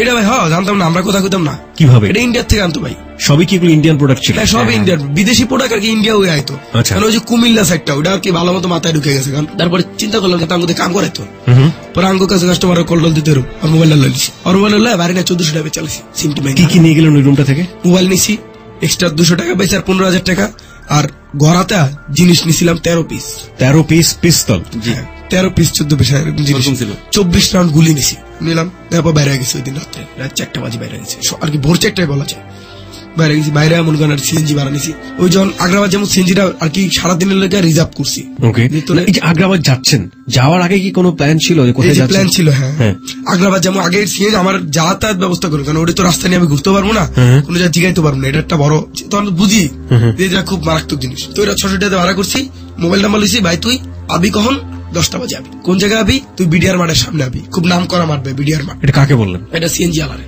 তখন তোরই নেই নগদ তখন আমরা গেছি কই ওই কইতেছে দোস্ত এটা টিম বানাবো জিনিস টিনিস দিয়া আমরা কাম করবো কম তো পারি না আমরা তো মেশিন চালাই তারি মেশিন চালাইতে হয় পারে এত টাকা কামায় আমরা পারবো নাকি হ্যাঁ ঠিক আছে সই টিম পাবো কই আমার তো পরিচিত বলাবার নাই তুই আর আমি তো পরে মনে আইছে কার কথা মন্ডলের কথা এই যে স্বপন মন্ডল এই স্বপন মন্ডল আমাদের এই কাহিনীতে আসলো। ওকে ফাইন স্বপন মন্ডল আপনার কাছে আসি ওরা আপনার সাথে কিভাবে ডিল করেছিল কিভাবে কথা বলেছিল? কথা বলছিল মিজান বলছিল মানে আমি তখন কাঠমিস্ত্রি কাজ করতাম পরে মিজান এসে বললো যে আমার সাথে যাবি কাজ কিছু করা লাগবে না খালি সাথে থাকবি তোর টাকা দিব পরে আমি বললাম যে না আমি যাবো না আমার মানুষ আছে আমার টাকা পয়সা দেওয়া পরে মিজানে আমার 5-6 হাজার টাকার এরকম 5-6 হাজার টাকা দেখাইছিল বলছিল এত টাকা দিন চল পরে আমি টাকা লোক ওদের সাথে তার আগে বলেছিল কি কাজ, কি ধরনের কাজ? এগুলো কিছু বলে বলছে শুধু ওদের সাথে থাকতে হবে। তো যাকে বলছেন না কি কাজ, সাথে নিয়ে গিয়ে তাকে দিনে তো বিপদও পড়তে পারেন। বিপদে পড় মুখে ওরা ভয়দাম উপরে, যদি ঝামেলা করে ভয় দেয়। হ্যাঁ ওকে, ঝামেলা করলে ভয়দাম, মেশিন তো আছেই, ওটার সামনে সব ঠান্ডা ভাই। ওকে, তারপরে ওরে নিলেন, নেওয়ার পরে ওরে কইছি চল আঙ্গুলগে কাজ আছে। কি কাজ? ঘুরবি ফিরবি খাবি বেটা,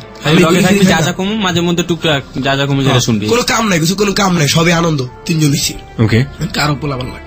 ওই কয় খুঁজ কে কে আছে, ওর পাইলে পরিচিত 2-3 জন, শরীফুল ইয়াসিন, আমিও পাইলাম 2-4 জন, 2-3 জন ওই আনলো 2 জন।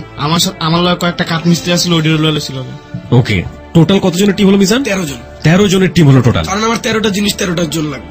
প্রিয় শ্রোতা, আমরা এই পর্যায়ে আরেকটি SMS পোলের মুখোমুখি করতে চাই আপনাদের সবাইকে। এখন পর্যন্ত এই 3 জনকে আপনারা যতটা শুনেছেন, ওরা একটা সূত্রে এসে বেঁধে গেছে এবং বাকিটুকু ওরা 3 জনই একইভাবে চলবে। ওদের যে কোনো একজনের স্টোরি, ওদের 3 জনের স্টোরি। এই যে অপ্রিয় সত্য, সেই অপ্রিয় সত্যের মূল জায়গাটিতে ঢোকার আগে, মানে এখন তো ওরা ফুল ফোর্স বাই ডিভোটেড সন্ত্রাসী হয়ে গেল। এই জায়গাটিতে যাওয়ার আগে আপনাদের সবাইকে আরেকটি SMS পোলের মুখোমুখি করতে চাই। কতটুকু বিশ্বাসযোগ্য মনে হয়েছে আজকে ওদের কথাগুলো?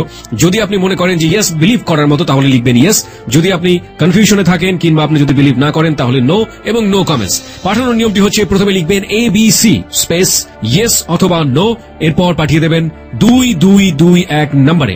ঝটপট লিখে পাঠাতে হবে। SMS পোল নিয়ে কাজ করছে আজ সুমন এবং সাউন্ড এডিটর মঞ্জু। একটু পরেই কম্পিউটারের কাছ থেকে আমরা জেনে নেব SMS পোলের রেজাল্ট। ওকে মিজান, তারপরে কি হলো? ওখান থেকে আমরা আর কি টিমটা বানাইলাম, ফুললি কমপ্লিট একটা টিম। তার জন্য টিম বানাইলাম। কথা হলো বিকালে আবার দেখা করবা। 17 জনের জিনিস দিয়েছি, কারণ নিজের কাছে রাখলে গেবে, এটা কই রাখবো। এর জন্যই কিন্তু মূলত 13 জনের নিছি, 13টা অস্ত্র 13 জনের আমি ভাগ করে দিই, পরটা পরে দেওয়া যাবো। বিকালে আসার কথা, 3 জন আয় নাই, 3 জন আসে নাই, আসছে 10 জন। আর মাথা নষ্ট হয়ে গেছে কি, 10 জন এলো, 3টা অস্ত্রের দাম আমার 60 থেকে 70 হাজার টাকা।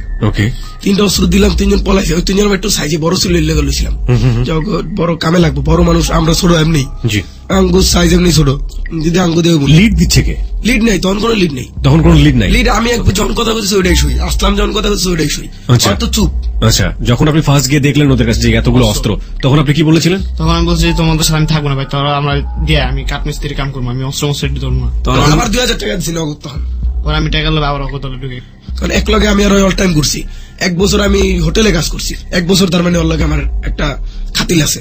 এটা আমার একটা প্ল্যান যে আমি যদি পরে নিতে পারি লগে, হয়তো আমার লগে আর কি আর কেউ না থাক, 3 জন তো আমরা থাকবই। হ্যাঁ, তো ওই 3 জন আয় নাই, 13 জন এসে 10 জন। মাথা গেছে নষ্ট, আর 3 জন গেল গা, পুরাই মনে করেন চেতা গেছি। ওই 3 জনের বাসায় যেমন বকর চকর পর আসলাম, না যাইস না, এমনি অস্ত্রের মামলা, বাসায় যা যদি অস্ত্র দে তাহলে দেখা গেছে একটা ঝামেলার মুখোমুখি হতে হবে। এর জন্য আর চিন্তা করলাম গেলে যাক, ওই 3টারে পাইলে একটা উসকে গাড় দেবো, এমনি 10 জন তো আসি এখন। না, এটা কেন মাথায় আসলো যে 13টা জিনিস 13 জনের মাথায়? আমি আমার এক্সট্রা রাখার দরকার নেই ভাই, আমি এক্সট্রা রাখবো। আমার এমনি ভয়, অস্ত্র একটা আছে, কেউ আইলে হালা দিয়ে দিতাম, 2টা ফালাতে গেলে আবার একটু সময় বেশি লাগে। এই চিন্তাটা মাথায় কাজ করেছে। হ্যাঁ, একদমই ছেলে মানুষের একটা চিন্তা। হ্যাঁ, তাছাড়া তো আমাদের থাকার জায়গা তখন আমরা ঠিক করতে পারি না যে এরকম যে একটা বাসা রাখছে এই জায়গায় রাখতে পারবো, ওরকম সিচুয়েশন ছিল না। কথা ছিল যে 13 জন পোলাবান জায়গায় 13 জনের 13টা জিনিস দিয়ে দেবো। ওরা বিকালে ছপটির লেয়া বেশি 10 জনের লেয়া, মনে করেন হোটেলে ভাত টাত খাইছি, একদম ফুল ফিল ভাত খাইছি, খাওয়া দাওয়া বেরিয়েছি। পরের দিন কি করবো, আমি আর আসলাম আর স্বপন এক লোক বেরিয়েছি।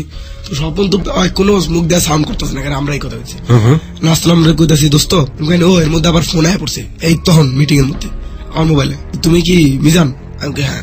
আমার তো 2টা জিনিস লাগবো, একটা 22 লাগবো আর একটা 32।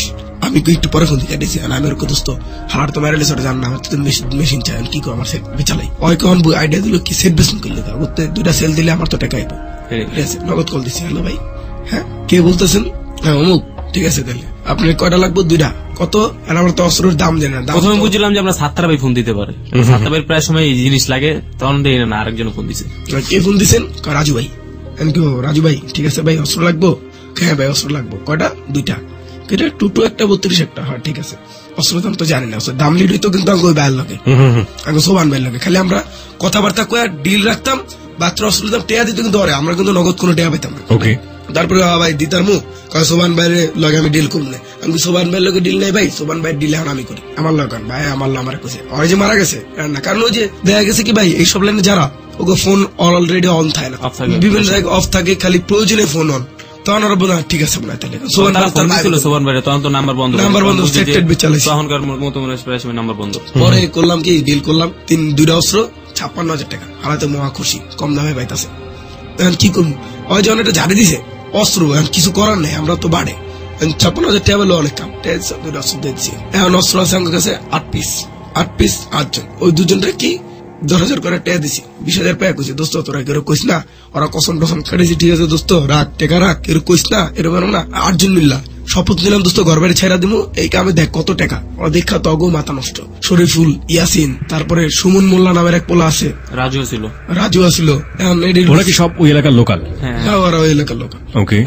ওরা কাম করে, ওরা পড়ালেখা করে না, আঙ্গমতি ঘুরে ফিরে খায়। ওকে।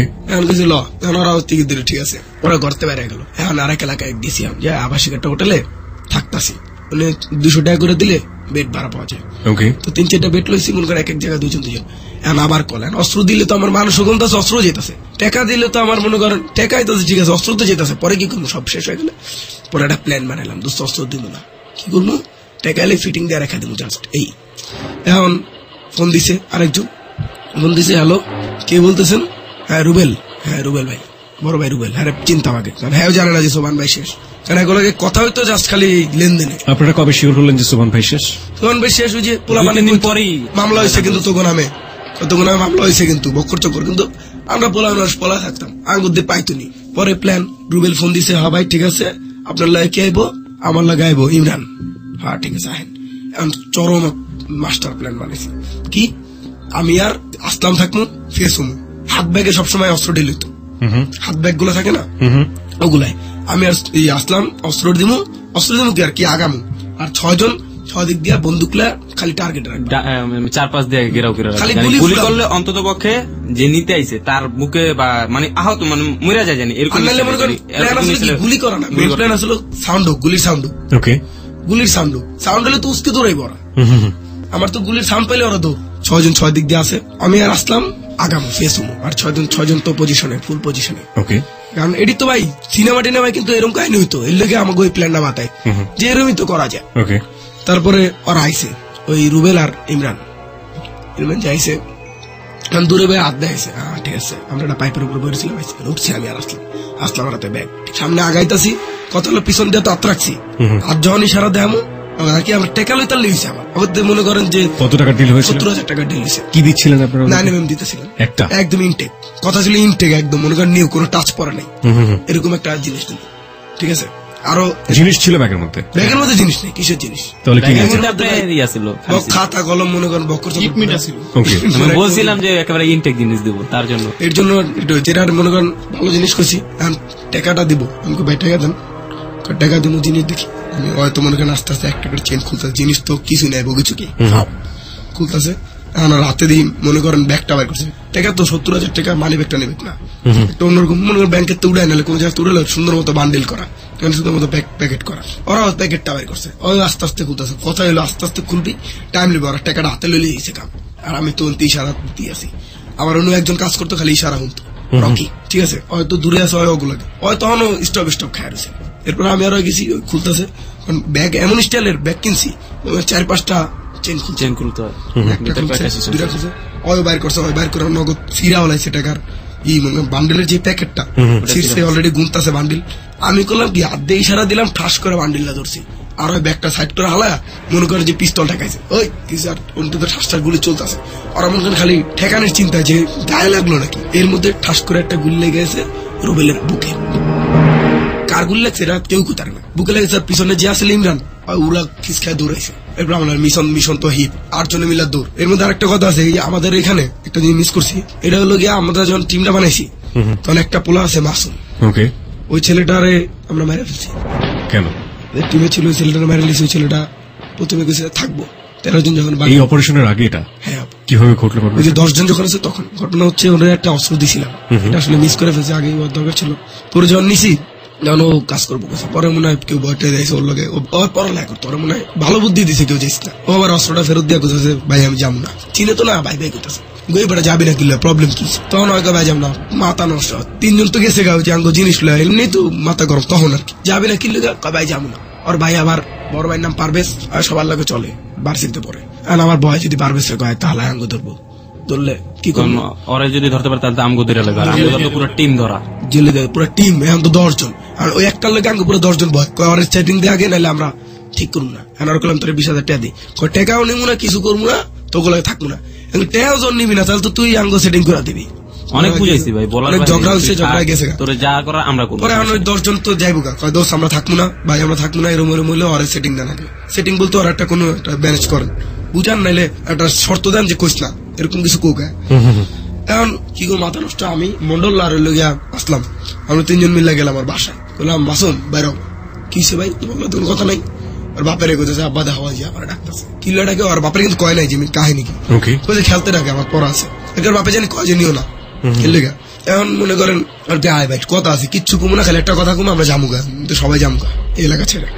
কি কবি কম রাস্তা বের করছি, কইতে আমি টিমে আই তুবো, টিমে আয় নাহলে টিয়া দেই, তাহলে কোনো কথা কইস না, কথা কমু না। আবার আমার এই কথা আমার বাইরে জানাইছি তোর কথা, তখন তো গেছে আর মাথা নষ্ট। বাইরে জানছো তোর বাইরে পিস্তলটাকে তো তখন ওর কাছে ছিল না, পিস্তল তো দিয়ে গেছে। আচ্ছা, তোর বাইরে জানাইছিস মানে কি কস তুই, তার মানে ওর বাড়িতে তো বন্ধু বান্ধব আছে, আমাকে একটা ফিটিং দিয়ে জিনিস লয়ে যেতে পারে, নাহলে একটা অন্য কাহিনী হয়ে যাবো পরে, যে কোনো কিছু একটা হইব। ভয় পেয়ে গেছি, কি কস তুই, কি কস মানে ধাক্কা মারছে, আমার ধাক্কা মারছে, আসলাম গেছে তো মাথা খারাপ, এবার ধাক্কা মারছ কি লেগা, আসলাম নগদ পকেট, কারণ মেশিন আছে পকেটে, আমাকে কথায় কথায় খালি ওটা বাইর করি। অভ্যাস হয়ে গেছে ভাই, অনেকদিন এখন কারণ ওই যে 2-4 জন মনে করেন যে গুলি ফাটানোর পরে অটো মনে চায় যে গুলি করবো, মনে হয় মাছি দেখলো মনে চায় গুলি করে মাছি ডারে মারবে, এরকম একটা শখ হয়ে গেছে। কই বেটা মারবি তুই আমারে, আব্বা হতো এরকম ডাক দিতেছে। পরে যাইতেছি, দৌড় দিছি একটা, আমি আসলাম গুলি কর, ঠাস করে একটা গুলি করছে, নাহলে আমার 10 জন টিম আর লেতেছে। আমি কইছি পায়ে মারা, কিন্তু গুলিটা লেগে গেছে আমার পেটে। নাইলে গুলি মনে করেন কি করবো, ঢুকছে শুই আর পিছন দিয়ে মনে করেন যে দেখলাম ঠাস করে সাউন্ড হলো, যে দেয়ালের লোকের ঠাস করে বাড়ি খেয়েছে, তুপ করে সাউন্ড দিছে। আমরা ওই 10 জন চায়ের দোকান আসলো, কই ভাই আগা। পরে ওই শহর ছাড়ছি, ওই দিন শহর ছাড়ছি 10 জনকে নিয়েই। হ্যাঁ 10 জন কেউ একজন কমে গেল, 9 জন। হ্যাঁ 9 জন। আর বাকি 3 জনের 9 জন না, সরি 8 জন। আরেকজন কি হলো তাহলে? 10 জনের মধ্যে একজনকে আপনারা মেরে ফেললেন, নাম ছিল মাসুম। আরেকটা ছেলে তাহলে কি হলো? আরেকটা ছেলে ওই যে অস্ত্র তো বিক্রি করে ফেলছি, 2টা, ওই যে মাসুমের অস্ত্রটা চুপ করে দিছে, ওই যে 56,000 টাকা অস্ত্র বিক্রি করলাম। ওকে, ওই জন্য 2 জনকে চুপ করে দিয়েছেন। 2টা। এখন সবশেষ হিসেব মতে আপনাদের কাছে আছে 8 জন। এই টোটাল 8 জন মেম্বার বলে আপনারা পালিয়ে গেলেন। কোথা থেকে পালালেন? আগ্রাবাদ থেকে। আগ্রাবাদ থেকে পালালেন। কোথায় গেলেন? আগ্রাবাদ থেকে পালা আরেক এক শহরে গেলাম। ওকে, ওখানে যাওয়ার পর ওখানে আরেকটা আবাসিক হোটেল, কারণ আমার ভালো আইডি। হাতে আপনাদের কত টাকা? হাতে টাকা আছে 1 লাখ। 1 লাখের মতো টাকা আছে। এটা কি এই যে আপনি অপারেশনটা করলেন? 70,000 টাকা, আর উনি আমরা পাইছিলাম 56,000 টাকা মিলাই দিলাম। সবকিছু মিলাই লাখের উপরে টাকা আছে। 1 লাখের মধ্যে 1 লাখ প্লাস। সবাই বাড়ি ঘর ছাড়া? হ্যাঁ বাড়ি ঘর ছাড়া, টাকা দেখতেছে সবাই, টাকা আছে আমার কাছে, এর লেগে আর ছাড়তে পারতেছে না আমার। ওকে, আর আমার লাগে আসলাম আছে, ওই আছে, এর লেগে এমনও কোনো চিন্তা করতে পারতেছে না যে আমার কিছু করবো। তারপরে মনে করেন ভালোই, পরে আবার প্ল্যান, আবার কল আইছে, ভাই জিনিস লাগবো। হ্যাঁ হো ভাই, সেম কাহিনী। আবার উনি ভাই 2 জন আইছে, 2 জনে মেরে দিয়েছে। রাহাত নামের এক পোলাইছে আর ফারুক নামের এক পোলাইছে, যারা আপনাদের আলটিমেটলি ক্লায়েন্ট ছিল, পিস্তল কেনার ক্লায়েন্ট ছিল। রাহাত ফারুক, উনি 3 জন আছে, রাহাত ফারুক হান্নান। ওকে, কাহিনীটা কি ছিল? কাহিনীটা ছিল যে আসবে, টাকা দিবে, পিস্তল নিয়ে যাবে। ওরা আবার ছাত্র রাজনীতি করতে ভাই, মানে ইয়াং জিনিস নিয়ে চলে যাবে, কিন্তু আমগো কত লোক আমরা টাকা নিব, টাকা নেওয়া আমাদের কিন্তু বড় ছিল অনেক। তাদের বয়স ছিল মনে হয় 20-এর উপরে, 25-এর ভিতরে, মনে করেন 20 থেকে 25 এরকম। আমরা টাকা নিয়ে রাখা দিব, ওগুলো কিছু একটা করে ওগুলো ভাগাই দিব। ফিল্মি স্টাইল পুরা। মারার কোনো চিন্তা ছিল না, তাহলে মারলেন কিভাবে? আওয়াজ শুনে যাতে ভয় দেখার, মারার চিন্তা ছিল না, কিন্তু জিনিস নিমু ঠিক আছে। তারপরে আইছে রাহাত ফারুক হান্নান, হওয়ার পর আমরা ওই সেম কাহিনী হয়, মনে করেন খুলতেছে, মাল বাইর করতেছে, এর মধ্যে ইশারা দেওয়ার আগেই গুলি করছে, ধাস করে গুলি করছে রকি, ওই গুলি করছে, ওরা হাতের গায়ে গুলি লাগছে, এর মধ্যে মনে করছে আমি ইশারা দিয়েছি, দাম পগুলি 3টাই মনে করেন ডেট। কিন্তু ওদেরকে তো বলা থাকতো যে গুলি যেন ওদের গায়ে না লাগে, আশেপাশ দিয়ে, কিন্তু গুলি ওরা কেন এই যে করলো কেন? এরপরে কাহিনী আছে, হ্যাঁ বলেন। যে কাহিনী হলো গিয়া, এই কাহিনী হচ্ছে টাকা পয়সা লাগাইছি, পরে তো জানতাছি ওই বেটা গুলি করছিস কে মারলি, রকির গুলিটা করছিস, কারণ রকি তো আমার পুরো পিছে বরাবর, গুলিটা করলে আমার সাইড করা এই লাগবে, এমনকি আমার গায়ে লাগতে পারে, এরকম একটা সন্দেহ আছে, আমি ভয় পেয়ে গেছি। ওই বেটা তুই এমনি গুলি চালাইছিস, কারণ গুলিটা যে আমার সাইড দিয়ে গেছে, আমার জামা উড়ে গেছে, বাতাস লাগছে, বুঝছি যে গেছে গুলিটা পাশ দিয়া। তো আমি খুব বকতে কয় দোস্ত দেখ, ওরা সবাই মারছে, ওই দিনও একটার মারছে, আমি একটারও মারতে পারিনি। আর কি এমন অবস্থা গেছে ভাই, ছক মানে খেলা, মানুষ মারা একটা খেলা হয়ে গেছে।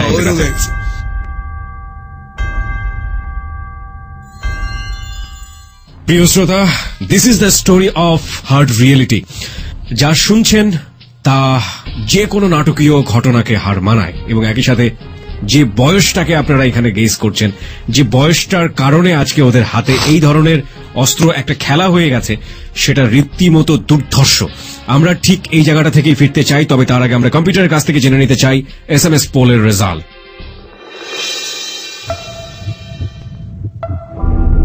Yes, 92%. No, 5%. No comments, 2%.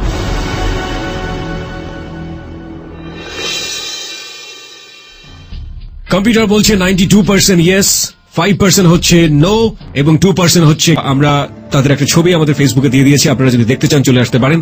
আমাদের ফেসবুকের ঠিকানা facebook.com/ABC Radio FM 89.2। ওকে মিজান, আমরা যে জায়গাটিতে ছিলাম আপনি বলছিলেন যে গুলিটা রকি পেছন দিক থেকে চালিয়েছে এবং রকিকে আপনি ধমকি ধামকি দিচ্ছিলেন, তারপর রকি বলতেছিল দোস্ত দেখ গত মিশনে গুলি দিচ্ছে ওরটা মরছে, আমি কি ওরটা তো ইচ্ছা করে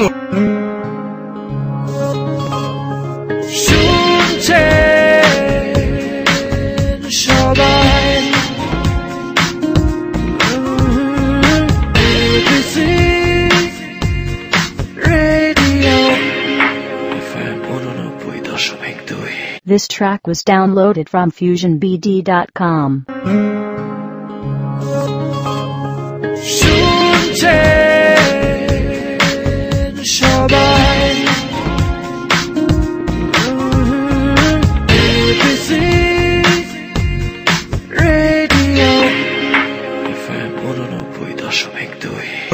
ওটা তো অ্যাক্সিডেন্ট হয়েছে, কয় হইলো দোস্ত আমি গুলি চালাই গুলি করি মানুষ মরবো না কি লেগা, আর মজা আছে না যে এত কথা বলছ না, দলে রাখতে হলে আমার কিছু করার নেই, কথা বলতে হবে। আর কালা করেটা বলে আসলে কাল্লু জয় কোথাও, কাল্লু জয় দুনিয়ার যাওরা ছিল, অন্য হুদায় গুলি ফুটাইতো, রাস্তা আস্তে আস্তে ঠাস করে গুলি করতো, ভয় পাইতাম যে গুলির সাউন্ড বুঝেন মানুষ আয় পড়তে পারে। পুলিশ তো ভালো বুঝে গুলির সাউন্ড, যেটা গুলির সাউন্ড পটকার সাউন্ড না, পুলিশও দায় পড়তে পারে। কইতাছে দোস্ত আমি এত গুলি করি আমার গুলি লাগে না কে, আমি ঠিক আছে নেক্সট পার্টে রকের জায়গায় তুই থাকবি, এবার তুই গুলি পারে। এখন আমি আর না করতেছি না, মেরেলাম এবার, ভালোই তো লাগে, 2-4টা মরলে কিছু তো হয় না, আরো খুনের সংখ্যা বাড়ে। দেখা যাচ্ছে গুলি চালালে অভ্যাস হয়ে যাবে, অনেক সময় দেখা যাচ্ছে আমাকে এরকম আক্রমণ করা লাগবে, এখন যদি অভ্যাস না থাকে তাহলে তো প্রবলেম। সোবানের মারছি এক, পরে একটার মারছি এনে 2টা 4টা অলরেডি হয়ে গেছে, মারি বেটা লোক নাম হোক বেটা 2-4টা, এখন অলরেডি ভালো চিনে, এলাকা হাঁটলে বুঝে যে সন্ত্রাস। পিস্তল রাখতাম না লগে রাখতাম, মামলাটা আমরা তো হয়ে গেছে অলরেডি, এগুলো জানতাম। পোলা বানায় কইতো ভাই মামলা হয়েছে, কিন্তু পুলিশ দেখলে পলাইতাম, পুলিশ খুঁজতো, দোকানে দোকানে খবর হতো, যে দোকানে বই আড্ডা মারতাম কইতো কিরে এরকম মিজান নামের পোলা, ছবি দেখাইতো, ছবি করতে পাইতো আর বুঝি না দেখাইতো। তো যেটা এই কাহিনী বাদ, এরপর মনে করেন আবার একটা মিশন দিলাম, সেম ক্লায়েন্ট, আমাদের এটা লাস্ট ক্লায়েন্ট। ওইখানে 2 জন আইলো, ওইখানে এলো সোহান আর রমজান। সোহান আর রমজান নামের, রমজান আসলে বাট্টা করে একটা পোলা, আর আগে থেকে চিন্তা ভাবনা বাডু রমজান। সোবান ভাই মাল নিত, আবার জানতো যে সোবান ভাই আমরা খেয়ালেছি, এখন আঙ্গুলাকে ডিল ডাইরেক্ট ডিল করছে একদিন, যে জানি সোবান রে খেয়ালেছ জিনিস দে কি লাগবে, আর ডেসে সই, আর আবার জানা না যে আমরা এই কাজটি করতেছি, জিনিস না দিয়ে গ্যাবেল করতেছি। তো সোহান আর রমজান আইসে, এর মধ্যে সেম প্ল্যান। এখন ওই যে কালো জয়রে দিছি রকির জায়গায়, কালো জয় মারবি, এখন কইছি ইশারা লাগবে না, যখন দেখবি যে উনি হাতাহাতি হইতেছে দিয়া দিবি, লাগবে টেয়া লইলাম না গুলি করে ভাই। আর আসলাম করতেছে দোস্ত আমি এবার একটা খামো, গুলি করবো, গুলি তেমনি ফাটা একটা গায়ে ঢুকাই দিই না, পুরা দেবিছি একটা পিতলের ক্যাপসুল কইতাম। এর অবস্থান পুরা লোড মোড করে গেছে পিস্তল, যা আমি এবার বেরালাম, টেয়া না লইতালো আমি আসতেছি, আবার আমি ঠিক আছে যা। আমি কাল্লু জয় উনি আছে, সানজিৎ নামের একটা পোলা ছিল মোড়াই করে, জ্বরে 9mm দিছি, গুলিমুলি করতো না, এখন ওরও শখ জাগছে মারবো, সবাই মারতেছে, নেশা ঢুকে গেছে সবার মধ্যে, আমাদের নেশা, খুব মজা লাগতেছে, মানুষ মারতে খুব মজা লাগছে, সেই মজা। কিন্তু আমাকে সবার ভিতরে এই মজাটা ঢুকলো, খালি মন্ডলের ভিতরে ঢুকে না, কারণ ওর ভিতরে প্রথম দিকে একটা ভয় ঢুকে গেছিল যে এরকম মারলে কেমন জানি লাগে। ওরে যদি কইতাম কইতাম যে তুই পিস্তলে দাঁড়ায় থাকবি, খালি যাবি, খালি আওয়াজটা করবি, তুই খালি আওয়াজটা করবি, তোর গুলি করার দরকার নেই, তুই গুলি ফুট বাইরে লইছ নল দিয়া জেনে যাকবা, খালি আমার গায়ে মারিস না। আপনারা 24 রাউন্ড গুলি নিয়ে বের হলেন, এতগুলো গুলি কই পাচ্ছেন? এরপর তো গুলি কিনার সিস্টেম পাইতেছি, সিস্টেম পাইতেছি, ডিল করতেছি না, ওগই আবার কইতেছি ভাই আইলে আমার লাগে কিছু গুলি নিয়ে আসেন, ও এটা বলি নাই আপনারে, ওই যে বলতেছি ভাই আমার কিছু গুলি লাগবে, আপনার মাল দিয়ে মনে আপনি গুলি ম্যানেজ করেন, আমরা টাকা কম পেতে। আবার দেখা গেছে একটা ডিলার, দ্বিতীয় যে মিশনটা দিছি, দ্বিতীয় যে ইটা দিছি মিশন, অজ্ঞ কইছিলাম আমার একটা গুলির ডিলারের নাম্বার দেন, কারণ কিনা বেচা করতো, আমি যেমন পিস্তল বেচার ডিলার, ওর কাছে তো গুলির ডিলারও আছে, তো ওগুলোকে মিট করে আমি দিতাম, গুলি কিনতাম। গুলির দাম আর কত মিয়া, তখন লগে যদি পকেটে 70-80 হাজার টাকা থাকে, 10,000 টাকার গুলি কিনতে আমার 1 কার্টন গুলি। তারপরে এরকম পরে লাস্ট ডিল, এরপর আর কোনো কল আসে নাই, কারণ অলরেডি জেনে গেছে যে সিটারি বাটপারি শুরু করে দিচ্ছি। তো ওরা আইসে সোহানা রমজান, সেম কাহিনী, এনে মনে করেন যায় কোনো ব্যাগ ট্যাগ খোলা না, আসলাম যাই মনে করেন রমজানের বুকে ঠাস করে গুলি করে দিচ্ছে, ঠেকায় গুলি। আমিও মনে করেন পিস্তল বাইর করছি, এর মধ্যে সঞ্জিত মেরে দিচ্ছে সমানের গায়ে গুলি। কার আগে কে মারবে এরকম একটা এরকম একটা আবার কালু কিন্তু গুলি চালাইয়া দিচ্ছে, কালু কালুটা মিস্টেক হয়ে অন্য সাইডে গেছে, লাগে নাই, কিন্তু সানজিদেরটা লাগে গেছে। এমন অবস্থা আমরা ভয় পাইতেছি না, আমরা কাছে যেতেছি আমার গায়ে গুলি লাগবে। আর আমরা যখন এইগুলো নিতেছি হাত দিয়ে তখন কিন্তু আমরা একটু নুয়ে যেতেছি, নেওয়ার সাথে সাথে নুয়ে, কারণ জানতাম যে অভ্যাস দাঁড়ায় থাকলে গুলি লাগবে, মাসবি, কারণ আন্দা গুন্দা গুলি চালাইতেছে, আমাদের কারো অভ্যাস নাই, যদি দাঁড়ায় থাকি গুলি লাগতেই পারে স্বাভাবিক। তার জন্য মনে করেন নেওয়ার সাথে সাথে শুয়ে পড়তাম ভাই, মানে সাইড হয়ে যেতাম, কাছে থাকতাম না। পরে মনে করেন ভাই আইলাম, আমার পরে আমার তো ক্লাইন্ট নেই, মোবাইল হালাইছি, কারণ গেবেল আছে ভাই, একটা সিম মনে করেন বেশি হলে 1 সপ্তাহ ইউজ করতাম, ইউজ করে আবার মনে করেন সব ক্লায়েন্টকে জানাই দিতাম ভাই নাম্বার চেঞ্জ হয়েছে। সব ক্লায়েন্ট মানে বলতে যেটি বাকি আছে ভাই, এখন তো কিছু নেন নাই, নাম্বার চেঞ্জ হয়েছে, এটা কল দিয়ে নিলে। এখন তো আমার ক্লায়েন্ট নেই, সিম বাদ সবটি নতুন সেট কিনছি। এই যে মানুষগুলো মারতেন, এগুলো ওখানেই পড়ে থাকতো, উনি পড়ে থাকতো, সকালবেলা মানুষ জ্বর হয়ে যেত, আমরাও যেতাম, গিয়ে দেখতাম হারে মেরালিস মাসে কেনা মারলো এটি, মাঠে দাঙ্গ দিয়ে তাকাইতো, বুঝতাম আমরা যে এলাকায় গাজা গোজা ডলি। একটা ব্যাপার, আমরা কিন্তু দুজনেই ভালো অ্যাডিক্টেড, ও কিন্তু এটা থেকে পুরো আলাদা। অ্যাডিকশন মানে কি ধরনের ড্রাগ নেন আপনারা দুজন, বিশেষ করে যে আমরা প্রচুর পরিমাণে ভাই বাবা নিই, ইয়াবার যেটা স্টিল আপনারা নিচ্ছেন? হ্যাঁ, স্টিল আমরা নিতেছি ভাই অল টাইম। আপনাদের এখানে আসার আগে দুইটা নিচ্ছি। আচ্ছা ঠিক আছে, যাই আপনার কাছে। তারপরে ভাই আইসা বললাম এখন চিন্তা করছি ঢাকায় আমো সবার লাগে বিদায়, আমরা 3 জন আমো, ওই বাকি যে 5 জন ওকে কইছে দোস্ত তোরা আইস না, আমরা ঢাকা যাই, তোরা 8টা তো অস্ত্র দিয়ে দিয়েছি, টাকা অলরেডি 1,60,000 টাকা ছিল। ওরা কিন্তু এখন কাজ করতেছে, ওরা জনি ভাই মুন্না ভাই আছে চিটাগাঙ্গের, 2 জন আন্ডারে কাজ করতেছে। মুন্না ভাইয়ের আবার অনেক পাওয়ার ওই চিটাগাঙ্গের ওদিকে। মুন্না ভাই কিন্তু রকির ভাই। ওকে, শুনি তারপর কি হলো। তারপরে মনে করেন যে আইসা পড়লাম, ওকে বুঝা 1,60,000 টাকা সুন্দরভাবে ভাগ করছি, সবাই যা যদুর পাইছে ওগুলো বেশি দিছি, কারণ কাজ করছে এতদিন। 3 জন আয়া পড়লাম, আয়া পড়ার পরে ঢাকা শহরে কোনো কাম পাই না, কারণ ওই জায়গাতে আয়া পড়ার কারণ হলো। কত সালে আসলেন ঢাকা শহরে? ঢাকা শহরে আসছি কত সালে, এটা 2008-9 তো আসছি যখন, তখন এটা তো ধান্দা নাই, মেশিন আছে, কিন্তু মেশিন আছে, গুলিও আছে ভরপুর, 3-4টা ম্যাগজিন এক্সট্রা। কি করবো এখন, মনে পড়ছে এক ভাইয়ের কথা, ওই যে আমার সেই জুয়েল ভাই, আমার শ্রদ্ধেয় জুয়েল ভাই, যার কথা আজকে এনে কয় লাগবো ভাই। ওনার লগে আবার সোবান ভাই যে ছিল, ওনার একসাথে সম্পর্ক, কিন্তু দুজনের ভিতরে ভাই এন্ট্রি আসিল, উপরে খাতিল দেখাইতো, কিন্তু ভিতরে এক একজনের উপরে এক একজনের চেতা ছিল, মানে ওই যে সোবান রে যে মারছি এরকম একটা টার্গেট। এরপরে তো আমি আর জুয়েলের লগে কথা বলি, জুয়েল ভাই আমার আর অনেক খুব আদর করতো। হ্যাঁ, জুয়েল ভাই আসলে মানে চিরাঙ্গের সোবানের কাছে থাকা অবস্থায় আপনাদেরকে অনেক বেশি আদর করতো, আদর করতো, গেলে টেলে দেখা করতো, টাকা দিত 1,000 টাকা দিত জুয়েল ভাই, ল ভাই কিছু খাইস, কারণ একটু ভাবে রাখতাম। এখন যখন ফোন দিছি, কয় ভাই তোরা কই আসলি এতদিন, কে ভাই, কয় সোবান নে বলে খাই দিছস। আমি তো ভয় পাইতাম যে হ্যাঁ হারাই আঙ্গ মাইরা লাগবে, কারণ বন্ধু যেহেতু। কল দিছিলাম কি লেগা, এই ঢাকায় আইসি, আর তো ঢাকা এরিয়া দিই সেটিং করা যায়নি, বাপটাপ চাই বাইরে পয়সা দিব, নাহলে কুম ভাই আপনার কাম করবো। পরে কয় ঠিক আছে, তোর তো ভালো কাম করছো, তোর তো আমার শত্রু মারছো। কি কয়, যার লাগে এত খাতির, শত্রু মারছি। সবসময় ব্যবসা করতে এক লগে পিস্তলের, বুলেটের বিভিন্ন, এই কথা কয় কেমন, আমরা বুঝি মজা নিতে আছে, আমাকে আটকে কোনো মতো মনে কিছু করবো এরকম। অনেক কথাবার্তা কয়, সাবার আয়, আমার তো সাবার, হ্যাঁ আবার সাবার হইলে হ্যাঁ এরিয়া। আর সাভারের একজন প্রভাবশালী লোক আছে, নাম ওনার সাথে খুব ক্লোজ সম্পর্ক, ডাইনাথ বলা যায়। আমি আসলাম, আমরা 3 জন অল টাইম ওদিকে যাইতাম, সাভার গেলে ভাইয়ের কাছে যেতেন। প্রিয় শ্রোতা, আমরা এখানে কিছু মিউট শব্দ ব্যবহার করেছি, তার পেছনের অন্যতম কারণ হচ্ছে this is not an evident show, যে আমরা প্রত্যেকটা ঘটনা ওরা যেটা বলছে সেটা একদম ওইখানে গিয়ে ওইভাবে ওই অতীতে গিয়ে টাইম মেশিনে চড়ে গিয়ে প্রুফ করে দেখাতে পারবো। সুতরাং সেই জায়গাটা থেকে আমরা, it's not a crime reporting show, আমরা সেটা করছি না। আমরা শুধু বোঝানোর চেষ্টা করছি আপনাদেরকে, যার নামটা এখানে বলা হয়েছে তাকে এক নামে সবাই চিনবেন সাভারের, কিন্তু আমরা নামটা বলবো না। ধরে নিন সে এই সমাজেরই শীর্ষস্থানীয় কোনো একজন ব্যক্তি, যার সংস্পর্শে এই 3 জন কোনো একটা সময় ছিল বা ওই সময়টাতে ছিল। তারপর জুয়েল ভাইয়ের সাথে ওনার প্রচুর খাতিল, ঘন্টায় 10 বার যদি ফোন দিত জুয়েল ভাইরে, কেউ 10টা ফোন যদি দিত, 10টা ফোনই ওই ভাইয়ের। এখন ঠিক আছে, ভাইয়ের কাছে গেলাম, জুয়েল ভাইয়ের লগে গেছি, বুঝে নিত জুয়েল ভাই সেই রকম খাতিল, জুয়েল ভাই ভালো খাতিল, অস্ত্র আছে 3 জনের লগে। সাভারের দিকে জুয়েল ভাইয়ের অনেক পাওয়ার, জুয়েল ভাই এখন নাম করলে কাঁপে, ইয়া ভাইয়ের মতো, সোবান ভাইয়ের মতো, তারও আছে সোবান মতো। তারপরে ভাই গেলাম, এখন ভালো, এখানেও আমারও একটা ডিল, আমাকে নাম্বার আছে, আমরা ফোন দিলে ভাই রিসিভ করে, ডাইরেক্ট ভাইয়ের কাছে ফোন দেওয়া যায়। এপিএস টেপিএস থাকে না ভাই, ওই পার্সোনাল কি কয় ওটারে, পার্সোনাল সেক্রেটারি, হ্যাঁ সেক্রেটারি থাকে না, ওনারা তো কল দিয়ে ডিল করতে হয়, কিন্তু আঙ্গো কোনো ওই পার্সোনালের খাওয়া নাই। আঙ্গো ডাইরেক্ট ওই ফোন দেখলে নগদ ধরে রাখবো, ভাবা কেমন অবস্থা কর এরকম।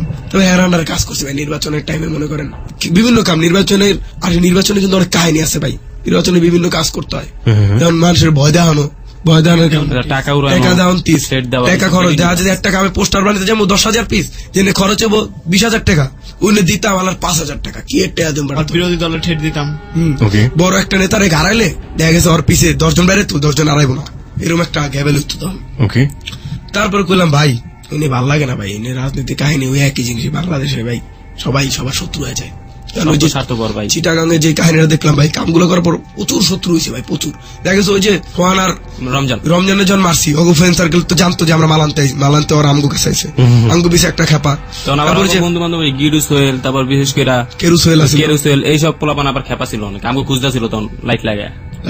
তারপর ওই যে মনে করেন ফরাদ রুবেল ওগো মারছি, ওগো তো ব্যাকগ্রাউন্ড আছে, ফ্রেন্ড সার্কেল আছে, এর লোকে ঢাকায় কারণ ঢাকা আসার মূল কারণ হচ্ছে এটা।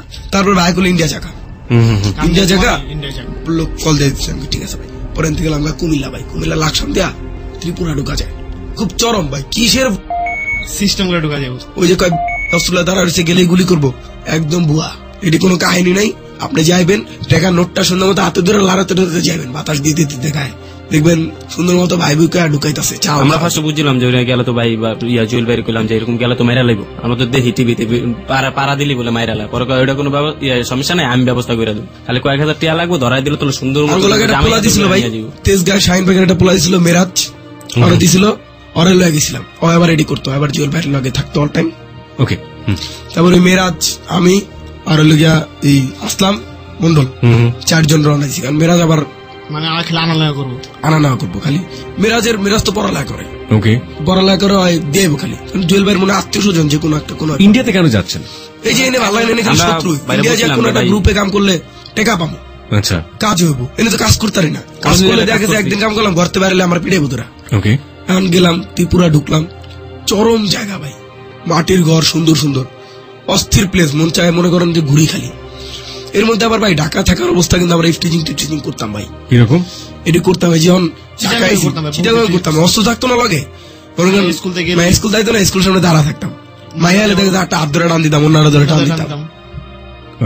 এই কাজটা যে আপনারা করতেন, করলে আপনাদের লাভটা কি হতো? কি মজা লাগতো, বিভিন্ন উল্টো পাল্টা কথা দিতাম ভাই।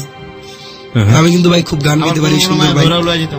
না, আপনার গানটা এই প্রেক্ষাপটে আমার পক্ষে শোনানো সম্ভব না, বিকজ অ্যানাদার ইপটিজিং হয়ে যাবে, আমার মনে হয় দরকার নেই গানটা। আপনি গান গাইতে পারেন, সেটা আপনার বিশেষ কোয়ালিটি, ওকে, যদি কোনোদিন সময় এবং সুযোগ হয় সেটা আমরা শুনবো। আমরা বরং স্টোরির দিকে যাই। তারপর তারপরে ভাই ভিতরে ঢুকলাম, এখন ত্রিপুরা ঢুকার পর তো মনে করেন সেরকম ঢুকার পর কি দলে কাম করবো, বিদেশি মাইয়া সব হিন্দি কয়, কেউ বিভিন্ন ত্রিপুরা ভাষা কয়, আর কি ইন্ডিয়া কিন্তু বাংলা একটু বেশি কয়, পাশাপাশি সে কারণে আর কি বিভিন্ন মানুষ বিভিন্ন ভাষা কইতে পারে, সবাই পারে। আমরা কিন্তু বাঙালিরা বাংলায়, সবাই সব ভাষা ইউজ করে, আমরা কিন্তু বাঙালিরা বাংলায় পাই, একটু হিন্দি বুঝতাম, একটু বকর চকর। 3 জনে মিলিয়ে গেলেন ওখানে না? 3 জনে, ওই মিরাজ খালি আগায় দিয়েছে। ওকে, তারপর ভিতরে ঢুকছি, ঢুকার পর এই আমি তো চিন্তা করছি ভাই, লিড বড় ভাই লিড দিছে, আর একটা রাজু ভাই, ঠিক আছে এই ভাই লিড এই কাম হবো। এই যে রাজু, এর সাথে পরিচয় হলো কিভাবে? ওই যে জুয়েল ভাইয়ের কানেকশন নেটওয়ার্কে আপনারা গেছেন ওখানে। ওকে, তারপর পরে উনি ঢুকাতে বিশাল টিম ভাই, বিরাট এক বাসা, মনে করেন বাসা মাইয়া টেলে অল টাইম, মনে করেন বিভিন্ন ফুর্তি চলতেছে, ফিরি পুরা মনে করেন যে জিরা লও, বুঝছেন, যা মন চায় তাই করো, মদ আছে, গাঁজা আছে, এই বাবা আছে, মনে করেন এরকম বাক্স ভরা ভরা, খালি খায়ালো। এই তো অ্যাভেলেবেল না ব্যাপারটা, ওই জায়গায় অ্যাভেলেবেল রিলিফ দিলে যেমন হয় না যে জানিতে সব জিনিস মনে করেন 1-150 বলা বানাবো, অগ কাম খালি ওই সেটেলমেন্ট ব্যাপারটা আছে না, ওই টাইপের সেটেলমেন্ট, মানে মানুষ গাড়াও, কাজ আদায় করো। ওকে, দেখেন কোন টিম আইছে বা কোন একটা গ্রুপ আইছে বড় প্রভাবশালী, যে ভাই আমার এই কাজটা করে দেওয়া লাগবে, 20 লাখ টাকা পাই, আর সেটিং মিটিং দেয়া, নাহলে ঘরে ডাকাতি কর, নাহলে ঘরের মানুষের বাইন্দা পিড়া টিয়া ডিল হয়ে তো 1 লাখ দিন নেই। দেখে তো 10 জন প্লাবন পাঠাই, তো 10 জন প্লাবন যে উরুজ দুরুজ ঘর ঢুকে হাত পা গাইটা মাইরা হলিতাম। কি করতেন আপনারা? এরকম 2-1টা অপারেশনের কথা আমি জানতে চাই। একটা অপারেশন গেছিলাম, প্রথম লাইফে যে অপারেশন গেছিলাম, ওটা আমি একটা গেছিলাম, ওরা জানে ওটার মধ্যে ঢুকছি যখন ভাই 20 জনে পাঠাইছে মোট, বড় একটা অপারেশন ছিল। ওই আসলে একটা জমি দখল করা একজনের, এই বাড়ি একটা বানা রেখেছে, আদি কিলা বাপের বাড়ি, ওটা তো আর ছাড়বো না, কিন্তু ওই লোকটা টেয়া দিয়ে হাঁটছে অনেক, কিন্তু ওই ছবিতে যে দেখায় ভাই ওই টাইপের পুরা দেখা যায়, এরা কিন্তু বাংলাদেশে পাই না, আমি ইন্ডিয়া এই ব্যাপার গুলা অ্যাভেলেবেল। কি পেলেন? ওই যে দেখা গেছে উনি বাড়ি একটা আছে, বাপের বাড়ি বেচবো না, কিন্তু টাকা হাত আছে ভাই, তোর 20 লাখের মধ্যে জায়গাটা খুব ভালো প্লেসের আমার লাগবো, বাড়িটার মধ্যে এই কাজটা করা যাবো, দিতেছে না। আর 2টা পোলা আছে, পোলা ডেরে ধরে আমার রাস্তায় ধরা পিড়া হাত পা ভাঙ্গা দাও, কামায় নাই, পরের দিন আবার ধরো পিড়া, এবার একটা কাটা দাও, হাত কেটে লেছি, মনে করেন ধরা হাত কেটে লেছি, পরে ফ্যামিলি তো তাও যাইবো না, আমরা শুরু করেছে, আরেকদিন তুই কেমন সবটির উড়া দুরা মায়েরা ঘরের ভাগাচ্ছি, এক একটা রাত পা মনে করেন কাঠটা ফাইরা ফিরা অবস্থা খারাপ। আর কেমন অবস্থা করছি মনে করেন বয়স চোটে মনে করেন সব শেষ, একদম মনে করেন অস্থির হয়ে গেছে। তারপর ঢুকলাম, পরে এরম এই কাজগুলো মূলত এরম দেখা গেছে তোর একটা পাও 2 পা ভাঙ্গা দাও পিঠা 2 জন যা এনে 10,000 রুপি, ইন্ডিয়া তো রুপি। আবার দেখা গেছে কেউ ধরে মাইরা লাও এটি মাইরা লাও কামটা কম হইতো, বেশিরভাগ মারামারি এইগুলা বেশি হতো। আর তখন আঙ্গুর তসর নাই। ওখানে গিয়ে কোনো বাঙালি পেয়েছিলেন? হ্যাঁ, রাজু বাঙালি। রাজু নিজে বাঙালি, যেটা আপনার লিড দিচ্ছে সে বাঙালি? নিজে বাঙালি। তার লগেই তো বড় সাপোর্টটা ছিল, আরো বাঙালি ছিল কয়েকজন। হ্যাঁ, পোলাবান ছিল বাঙালি। ওকে। কেউ আবার আছে তামিল, পাড়া পোলাবান, আমরাই সবচেয়ে ছোট। আর আমগো সাইজটা একটু ছোট ছিল। এই লোক আঙ্গ বাড়াইতো যে শিখ কিছু। ওকে।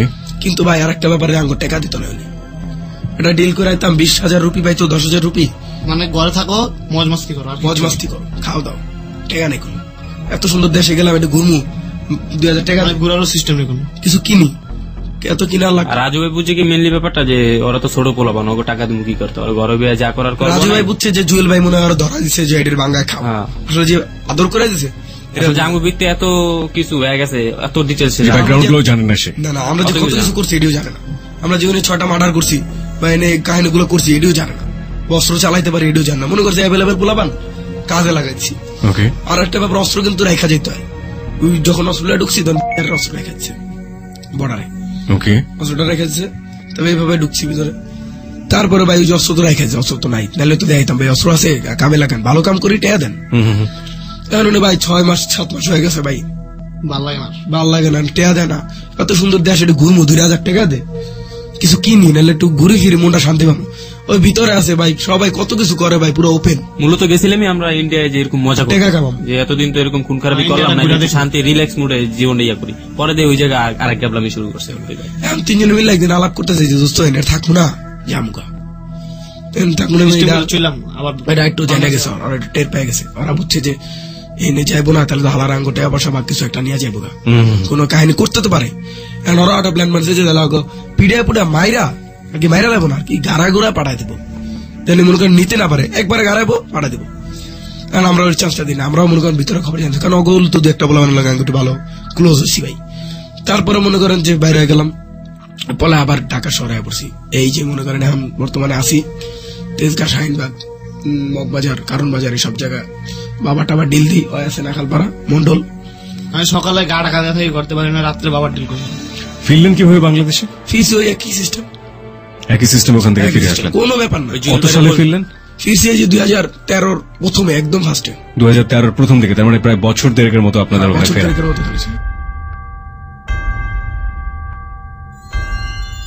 ওকে প্রিয় শ্রোতা, ওদের প্রেজেন্ট সিচুয়েশনে আমরা আছি এখন, এবং প্রেজেন্ট সিচুয়েশনে ওরা কিভাবে ঢাকা শহরে টিকে আছে, কি ওদের বর্তমান ব্যবসা, কি করে ওরা দিনাতিপাত করছে, সেগুলোর ইন ডিটেল আমরা জানবো। তবে তার আগে আমরা আরেকটি বিরতি নিতে চাই, এবং ঠিক রাত 1টায় আমরা ফিরে আসবো যাহা বলিব সত্য বলিবতে। যাহা বলিব সত্য বলিবর ইতিহাসে এই ঘটনা এবারই প্রথম যে 3 জন বন্ধু যারা একেবারে শৈশব থেকে একসাথে রয়েছে এবং এই অপরাধের সাথে একসাথে রয়েছে, মিজান, আসলাম এবং স্বপন মণ্ডল, যাদের অনেক কথাই আজকে আমরা এখানে মিউট শব্দ ব্যবহার করেছি, কারণ তাদের জীবনের সাথে ওতপ্রোতভাবে জড়িয়ে আছে এই সমাজেরই উচ্চতলার অনেক মানুষ, যাদের নামগুলো এখানে প্রকাশ পেলে আপনার চক্ষু চড়ক গাছ হয়ে যাবে। আমরা সেই জায়গাটিতে যেতে চাইনি, কারণ this is not a reporting show. কারণ একজন মানুষকে এখানে যদি আমরা নামের জায়গা থেকে উপস্থাপন করি, তাহলে একটা গুরুত্বপূর্ণ এভিডেন্স তার সম্পর্কে হাজির করতে হয়, এবং সেই এভিডেন্সের জায়গাটা থেকে যেহেতু অতীতে গিয়ে এই জিনিসগুলো প্রমাণ করার সুযোগ থাকে না, সুতরাং স্বাভাবিকভাবেই আমরা সেই নামগুলো প্রচার করতে পারি না। এবং একই সাথে আরেকটি বিষয় লক্ষ্য রাখতে হবে, যারা এখানে এসে স্বীকারোক্তি দিচ্ছেন তারা স্বইচ্ছায় স্বীকারোক্তি দিচ্ছেন, এবং এটা মেনে স্বীকারোক্তি দিচ্ছেন যে যদি ভবিষ্যতে পুলিশ তাদেরকে কখনো ধরে ফেলে, তাহলে দিস শো, এই শোটাকে তারা কোনো না কোনোভাবে ডকুমেন্টেড করতে পারবেন। সেই জায়গাটা থেকে সম্পূর্ণ রকমে তাদের স্বইচ্ছায়, একেবারে ইচ্ছাকৃতভাবে এটা একটা স্বীকারোক্তি। প্রিয় শ্রোতা, আমরা ফিরে আসছি ঠিক রাত 1, যাদের জীবনের চরম অপ্রিয় সত্যে। এই 3 জনের জীবনের অপ্রিয় সত্য একই জায়গায় এসে ঠেকে গেছে, একই রকম তাদের কথা, এবং 3 জনে মিলেই যে অপরাধের পাহাড় মাথায় নিয়ে এই সমাজে বসবাস করছে, সেটা শুধুমাত্র তাদের জীবনকে নষ্ট করেনি, একই সাথে নষ্ট করছে অসংখ্য মানুষের জীবন। আমরা সেই জায়গাটিতে যেতে চাই যে তারা বর্তমানে এখন কোথায় রয়েছে। তবে তার আগে আপনাকে বলছি, আপনি যদি মনে করেন যে আপনার জীবনের অপ্রিয় সত্য আজকে আপনাকে একটি নষ্ট, বর্তমানের দিকে ঠেলে দিয়েছে এবং একই সাথে আপনার এই অপ্রিয় সত্যের জন্য আপনার নষ্ট অতীত দায়ী এবং কি ভুল করেছিলেন আপনি সমাজে সবকিছু নিয়ে যাহা বলিব সত্য বলিবর আলোকিত মঞ্চে আপনি আসতে চান, লাখো মানুষের সামনে স্বীকার করতে চান কি অপরাধ আপনার রয়েছে, তাহলে আসতে পারেন সচেতনতার প্রেক্ষাপটে। নিয়মটা হচ্ছে আপনি যদি আসতে চান, শুধুমাত্র যারা এসে জীবনের অপ্রিয় সত্যগুলো বলতে চান তাদের জন্য বলছি, প্রথমে লিখবেন ABC স্পেস JBSB স্পেস আপনার নাম, এরপর পাঠিয়ে দেবেন 2221 নম্বরে। ওকে, ফিরে যাচ্ছে আমরা মিজানের কাছে, একই সাথে বাকি দুই বন্ধু আসলাম এবং স্বপন মন্ডলের কাছে। হ্যাঁ মিজান, আপনি বলছিলেন যে আপনি বাংলাদেশে ফিরে আসলেন প্রায় 2013 সালের একেবারে প্রথম দিকে। আসার পরে আপনারা কিভাবে বর্তমানে রয়েছেন এবং কি কাজগুলো আপনারা করছেন, আমি একটু ডিটেল জানতে চাই। আসার পরে ভাই চিন্তা করছি কই যাবো, তো এই এলাকায় ওই যে একটা পোলাপানা ছিল পরিচিত মেরাজ, তারপরে আরো কিছু ছেলে পেলে ছিল, তো চিন্তা করছি এদিকেই থাকি। তারপরে শাহিনবাগে ছিলাম কতদিন, প্রথমে তেজগাঁয়ের শাহিনবাগে একসাথে ছিলাম। তো ঘুরছি ফিরছি, অনেক অফার পাইছি যে আবার করি। আঙ্গ জুয়েল ভাই কইতো যে করবি নাকি, আর কর, টাকা আছে এখন ভালো টাকা। এখন তুই মনে কর একটা পিস ফুটাইলে এইগুলি মনে কর লাগুক আর না লাগুক 10-15 হাজার টাকা পাবি। আয় আমি বলছি ভাই ইলানে যে চামু, আর আমি দেখতেছি আমার মতো পোলাপান্ডা ভাই ব্যাগ ট্যাগলা স্কুলে যেতেছে, কলেজে যেতেছে, কিন্তু আমার তো লাইফে আরো দাঁড়ায় পড়া ভাই, ওটা তো সবার হয়ে গেছে। এই লাইফে গেলে তো আমি মরেই যাম ভাই। আর যদি আবার আমি ওই আগের লাইফে ঢুকি তাহলে আমি আর বাঁচতে পারবো না। আমার এখনই যে অবস্থা ভাই, আমি রাত্রে ঘুমাইলে গুলির শব্দ শুনতে পাই কানে ভাই, মনে হচ্ছে আশেপাশে গোলাগুলি হইতেছে, ঘুমাইতেই পারি না ভাই। এই লেগে ভাই বাবা খাই, রাত্রে ঘুমাইলে মনে হয় যে চারপাশে মনে করেন গোলাগুলি ফাইটা যেতেছে, বোম ফুটতেছে, গুলি হইতেছে, কেউ চিল্লাইতেছে, এলে ভাই থাকতেই পারি না। এটা ভাই আমার চরম ভাবে জ্বালাতন করতেছে ভাই সারাটা ক্ষণ ভাই। এই যে এমনকি ভাই আপনাকে স্টুডিওতে আসার সময় যখন বসে ওয়েট করতেছিলাম ভাই, তখন যে গান বাজাতেছিলেন মনে করতেছিলাম গান না, গুলির সাউন্ড হইতেছে, এরকম ভাই লাগতেছে। এরকম ভাই মায়া লাগে ভাই। মাসুম নামের পোলাটার মারছি ভাই, বন্ধু একসাথে চলছি ভাই অনেকদিন, ছেলেটার মারে লেছি, ওটার লগে ভাই প্রচন্ড ভাবে আমি ভাই অনুতপ্ত ভাই। কি বলবো এখন ভাই, এখন আমার তো আর ভুল করে ফেলছি ভাই। আল্লাহ আমার লাইফে প্রত্যেকটা ডিসিশনই ছিল রং। আর একটা জিনিস সত্যি কথা একদম ভাই, যে বাবা মা ছাড়া কোনো ছেলে বা কোনো মেয়ে যে কোনো অবস্থায় যত বড়ই হোক, যে কোনো ডিসিশন যদি নেয় ভাই, ওটা জীবনে ভাই ওই ডিসিশন কারেক্ট হবে না ভাই। ওটা ভাই সারা জীবনে মনে করেন যে কিছু করতে পারবেন ওই ডিসিশন। ক্লাস 2 আপনি বাসা থেকে বের হলেন, তারপরে কি আপনি বাড়িতে গিয়েছেন আর খোঁজ পেয়েছেন? এরপরে ভাই আমি আবার আসছিলাম, আইসা তোর রাস্তাঘাট ঘুরা ঘুরা মনে আসতেছিল যে হ্যাঁ ঠিক আছে এদিকে এদিকে খোঁজ করছি ভাই, কোন রকম সন্ধান পাই নাই ভাই। চিন্তা করছি আর পাবো না মনে হয়, এখন লাইফটা তো চালাইতে হইব। এখন দিনের বেলা বাইরে এলে মানুষে জানে যে আগে আকাম কুকাম করতাম, তো ওইটার একটা ঝামেলা আছে, ভয় পাই ভাই। ওই যে কইলাম না, রাস্তায় বাইরে এলে ভাই মনে হয় যে কি জানি হইতাছে, যুদ্ধ হইতাছে, গুলির সাউন্ড কানে হইতাছে ভাই। এটা যে কি একটা লাইফ ভাই আমার, তো ভাই এখন পারি ভাই আবার অস্ত্র শুরু করতে, ব্যবসা কোনো ব্যাপার না ভাই। এই লাইন আসলে মানুষ লাইন খুঁজা পায় না, আর একবার ঢুকে গেলে ভাই আসলে বাইরেতে পারেন, এটা একদম সত্যি কথা ভাই। যে কোনো অল টাইম ভাই প্রপোজাল আইতাছে, কিরে মিজান যাবি অমুক জায়গায় একটা অপারেশন আছে, এক গ্রুপে পোলাপান লাগবে একটা ডাকতেছে, তোর তো 2 জন আসোস, আসলাম রে আয়, স্বপন রে আয়, কাজটা করে যায়, একটা মানুষ আছে মাইরা যায়, 1 লাখ টাকা পাবি। এখন আপনারা ইয়াবাটা কালেক্ট করেন কিভাবে? এবার আর কালেক্ট করি, বড় ভাই আছে বিভিন্ন, তারপরে মেরাজ আছে, মেরাজের থেকে কালেক্ট করি, মেরাজ আছে, ফরিদুল আছে, ফরিদুল নামের একটা পোলা আছে, কালেক্ট করে আপনারা কোথায় কোথায় বিক্রি করেন? অনেকগুলো করে কালেক্ট করি, মনে করেন 50টা 60টা করে। খুব এই টাকাটা আবার দিচ্ছে আমাদের জুয়েল ভাই, যে কিছু কই রাখা টাকা দিচ্ছে, কিছু কই রাখাইতে ভাই। যেই কাজ করি ভাই, এটা তো আসলে কাজ না ভাই, আসলে এইটাও মরে যেতেছি ভাই। আসলে একটা টাইম যে কি হইব ভাই, আসলে আজকে আপনাদের স্টুডিওতে আইসি এর জন্য, যে সব কয়ে দিই মনের কথা, দিক একটা সমাধান পাই নাকি। আমি তো খারাপ হইছি, আমার আশেপাশের মানুষগুলো যিনি খারাপ না। আপনি কখনো চিন্তা করতে পারেন যে ধরেন কোন একদিন আপনি হয়তো বা পুলিশের গুলিতেই মারা পড়লেন, কিংবা আপনারই মতো একজন দুর্ধর্ষ সন্ত্রাসীর গুলিতে মারা পড়লেন, আপনার লাশটা বেওয়ারিশ লাশ হিসেবে কোথায় চলে যাবে আপনি নিজেও জানেন না। এরকম চিন্তা ভাবনা কখনো মাথার মধ্যে কাজ হয়? ভাই এরকম চিন্তা তো করি ভাই।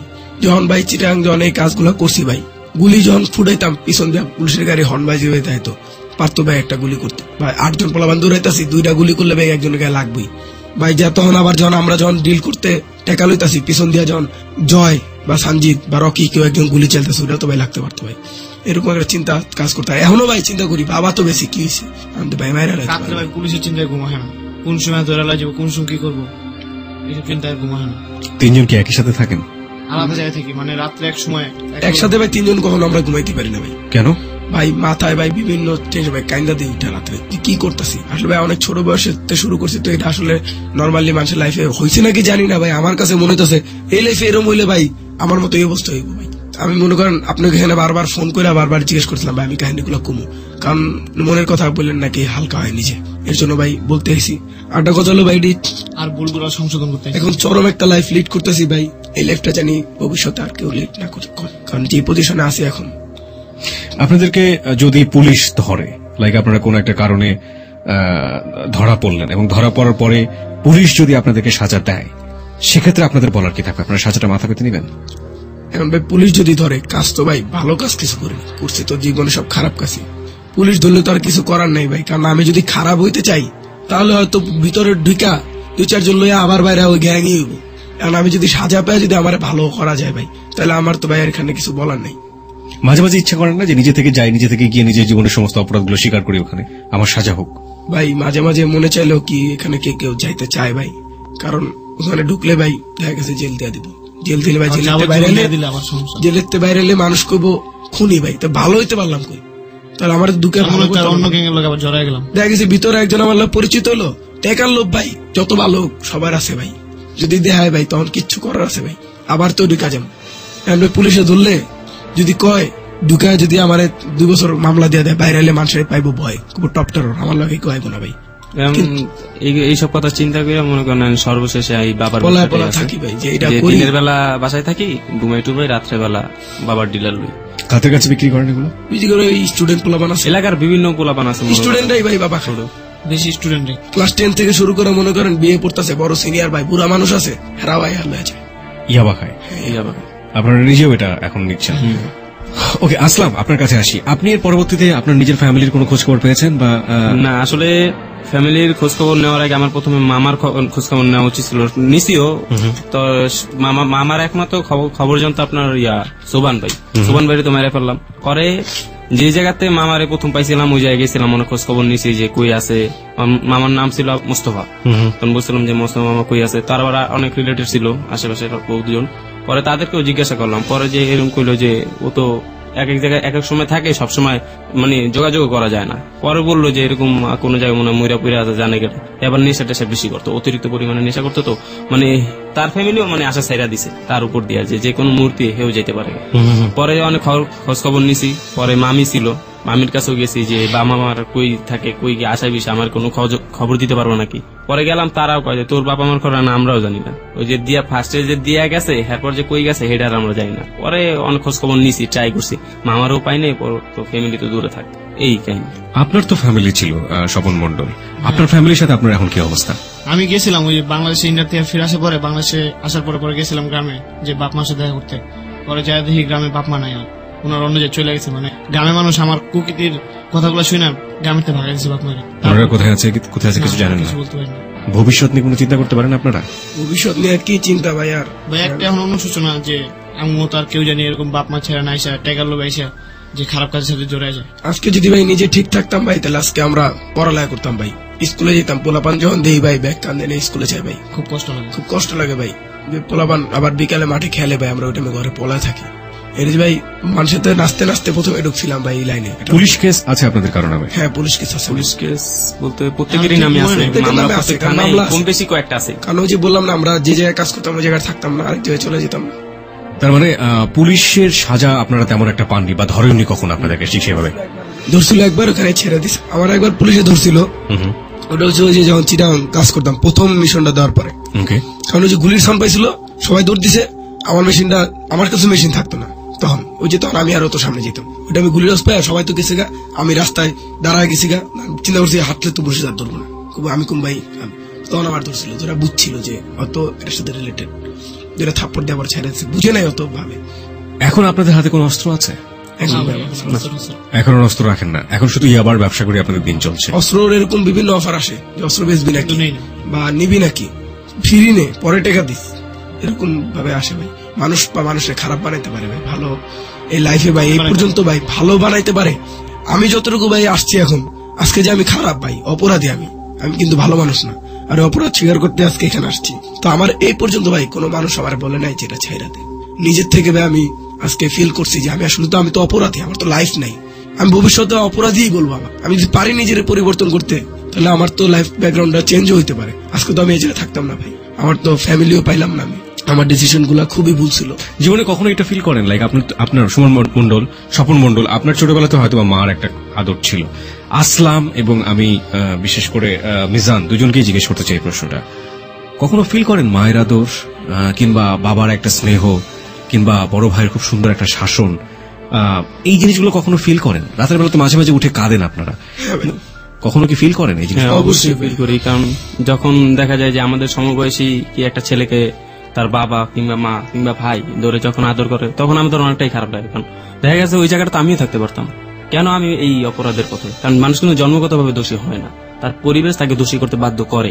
আমরা এরকম একটা সিচুয়েশন পড়ে গেছি যে আমাদের পরিবেশ আমাদের দোষী করতে বাধ্য করছে, তখন অবশ্য অনেক খারাপ লাগে যে আসলে যদি এরকম থাকতাম আমিও হয়তো এরকম স্পিসে ব্যাগ নিয়ে স্কুলে যেতাম, বাবা মা এরকম বিভিন্ন জিনিস অফার করতো, তাদের আদরে সেনের নিচে আমরা থাকতাম। কিন্তু বর্তমানে সেই সিচুয়েশন আমরা নেই। আমরা ভালো হইতে চাই, কিন্তু বর্তমানে যে পরিবেশের লোকগুলো আমাকে ভালো করে নিতে চাইতেছে না।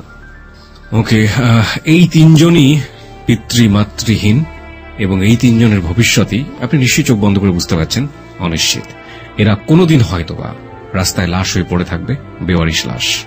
এরা কোনোদিন হয়তোবা খুব ভালো কিছু যদি হয় একেবারে অজান্তে নিভৃতে একেবারে গোপনে চলে যাবে, যেখানে হয়তো পৃথিবীর 8-10টা মানুষ এদের আসল কোনো পরিচয় খুঁজে পাবে না, সেখানে হয়তো কিছুটা দিন সুন্দরভাবে বাঁচতে পারবে। কিন্তু যে শৈশবটা ওরা ওদের জীবনে গেঁথে নিয়েছে, সেই শৈশবের মেমোরি থেকে কি এরা কখনো নিস্তার পাবে? সেই শৈশবের স্মৃতি থেকে কি কখনো এরা বের হতে পারবে? এটা তো প্রতি মুহূর্তে এদেরকে কুড়ে কুড়ে খাবে। একটা শৈশব ছিল যখন প্রচন্ড রকমের ফিলিংস ছিল, সেই ফিলিংসের জায়গা থেকে ট্রিগার টিপ দিয়েছে, গুলি বের হয়ে গেছে, মানুষ মরেছে, আনন্দ পেয়েছে, চলে গেছে। কিন্তু এখন ধীরে ধীরে বিবেক জাগছে। প্রশ্ন হচ্ছে যে এদের যদি সুন্দর একটা শৈশব থাকতো, তাহলে তো এরা প্রচন্ড ব্রেনি ছিল, সেই জায়গাটা থেকে এরা তো দেশের জন্য একটা সম্পদ হতে পারত, সোসাইটির জন্য একটা সম্পদ হতে পারত। আজকে ওরা স্বীকারোক্তি দিয়েছে বলেই কিন্তু আমরা জেনেছি। স্বীকারোক্তি যদি না দিত তাহলে এদেরকে আপনি এইভাবে ব্লেম করতে পারতেন না। অনেকেই ফেসবুকে অনেক গালিগালাজ করছেন, অনেকেই অনেক কিছু বলছেন, স্বীকারোক্তি দিয়েছে বলেই করেছে। আমরা কিন্তু সাপোর্ট করছি না, আমরা বলছি শাস্তি হোক।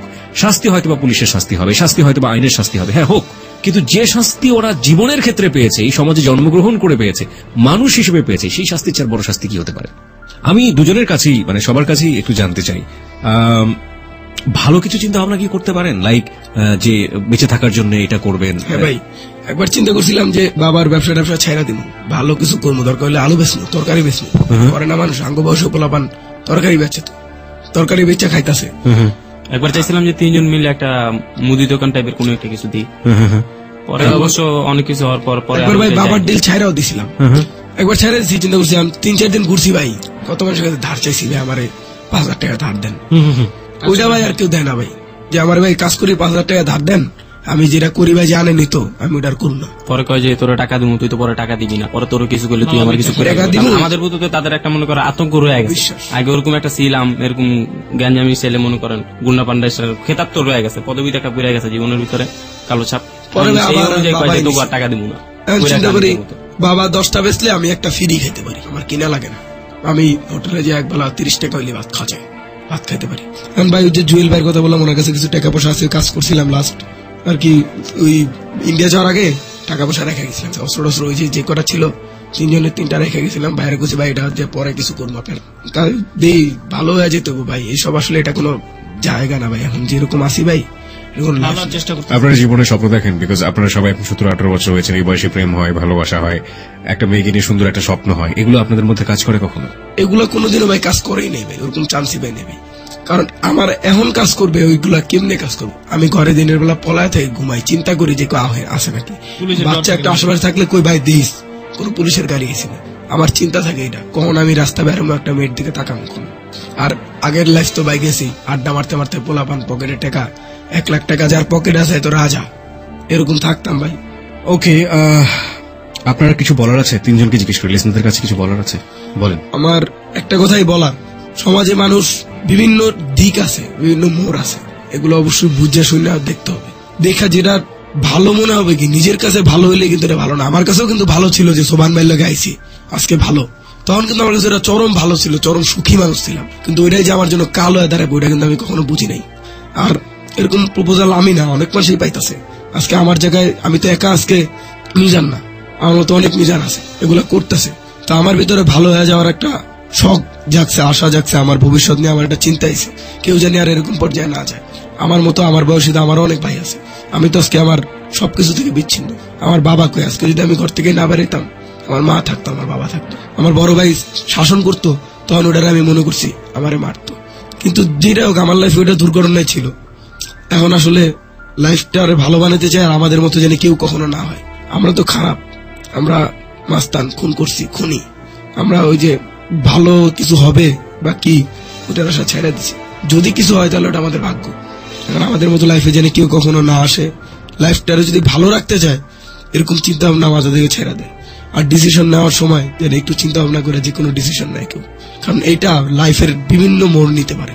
কারণ আমি আমার লাইফে আমার ব্যক্তিগত ক্ষেত্রে যে কটা ডিসিশন নিছি সবগুলা ফেল, আর কি সবগুলা ভুল হয়েছে আমার লাইফে। ভালো কোনো চিন্তা আমি আসলে করতেই পারিনি, এখন আমি বুঝতেছি ওইটা। আপনার কি মনে হয় যে আপনি টাকার লোভে পড়ে একটা ভুল সিদ্ধান্ত নিয়েছিলেন? একইভাবে ওর মতো করে বলতে চাই, খারাপ লাগে এখন যে শোভন টাকার লোভ মণ্ডল। করে যে আমি বন্ধু বান্ধবের সাথ দিয়ে এত খারাপ কাজের সাথে জড়ায় পড়ছি। আমি যদি টাকার লোভটা না করতাম তাহলে লাইফে কিছু একটা করে খাইতে পারতাম, বাবা মার সাথে থাকতে পারতাম। আমার একটাই মেসেজ যে কেউ জানি টাকার লোভে কোনো খারাপ কাজের সাথে জড়ায় না পড়ে। আসলাম, আসলে প্রত্যেকটা মানুষই তার প্রথমত ফ্যামিলিকে পায়, তারপর থেকে ফ্যামিলি থেকে আস্তে আস্তে পরিবেশের সাথে জড়িয়ে পড়ে। আমার বলতে জীবনে প্রথম যে ঘটনা, আসলে আমি তো কোনো ফ্যামিলি বলতে বাবা মা ভাই বোন এদের কাউকেই পাইনি। প্রথমত পেয়েছিলাম আমার মামাকে, আর মামার থেকেই আমি এই লাইনটা পাই। আসলে যতটাই হোক আমি যা বুঝতে পারলাম এই লাইফটায়, আসলে পরিবারটাই হলো মেইন।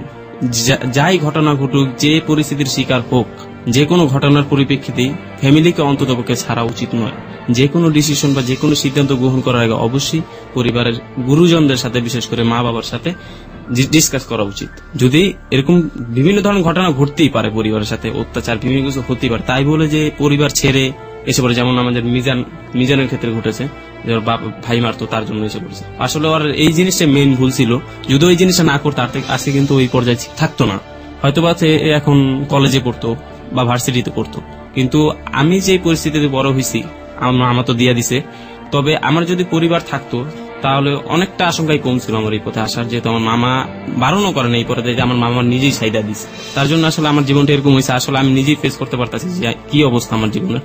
আমার একটাই মেসেজ দেওয়ার আছে যে কখনো অন্তত পক্ষে পরিবারের কাউকে ছাইরা এইসব পথে আসা উচিত নয়।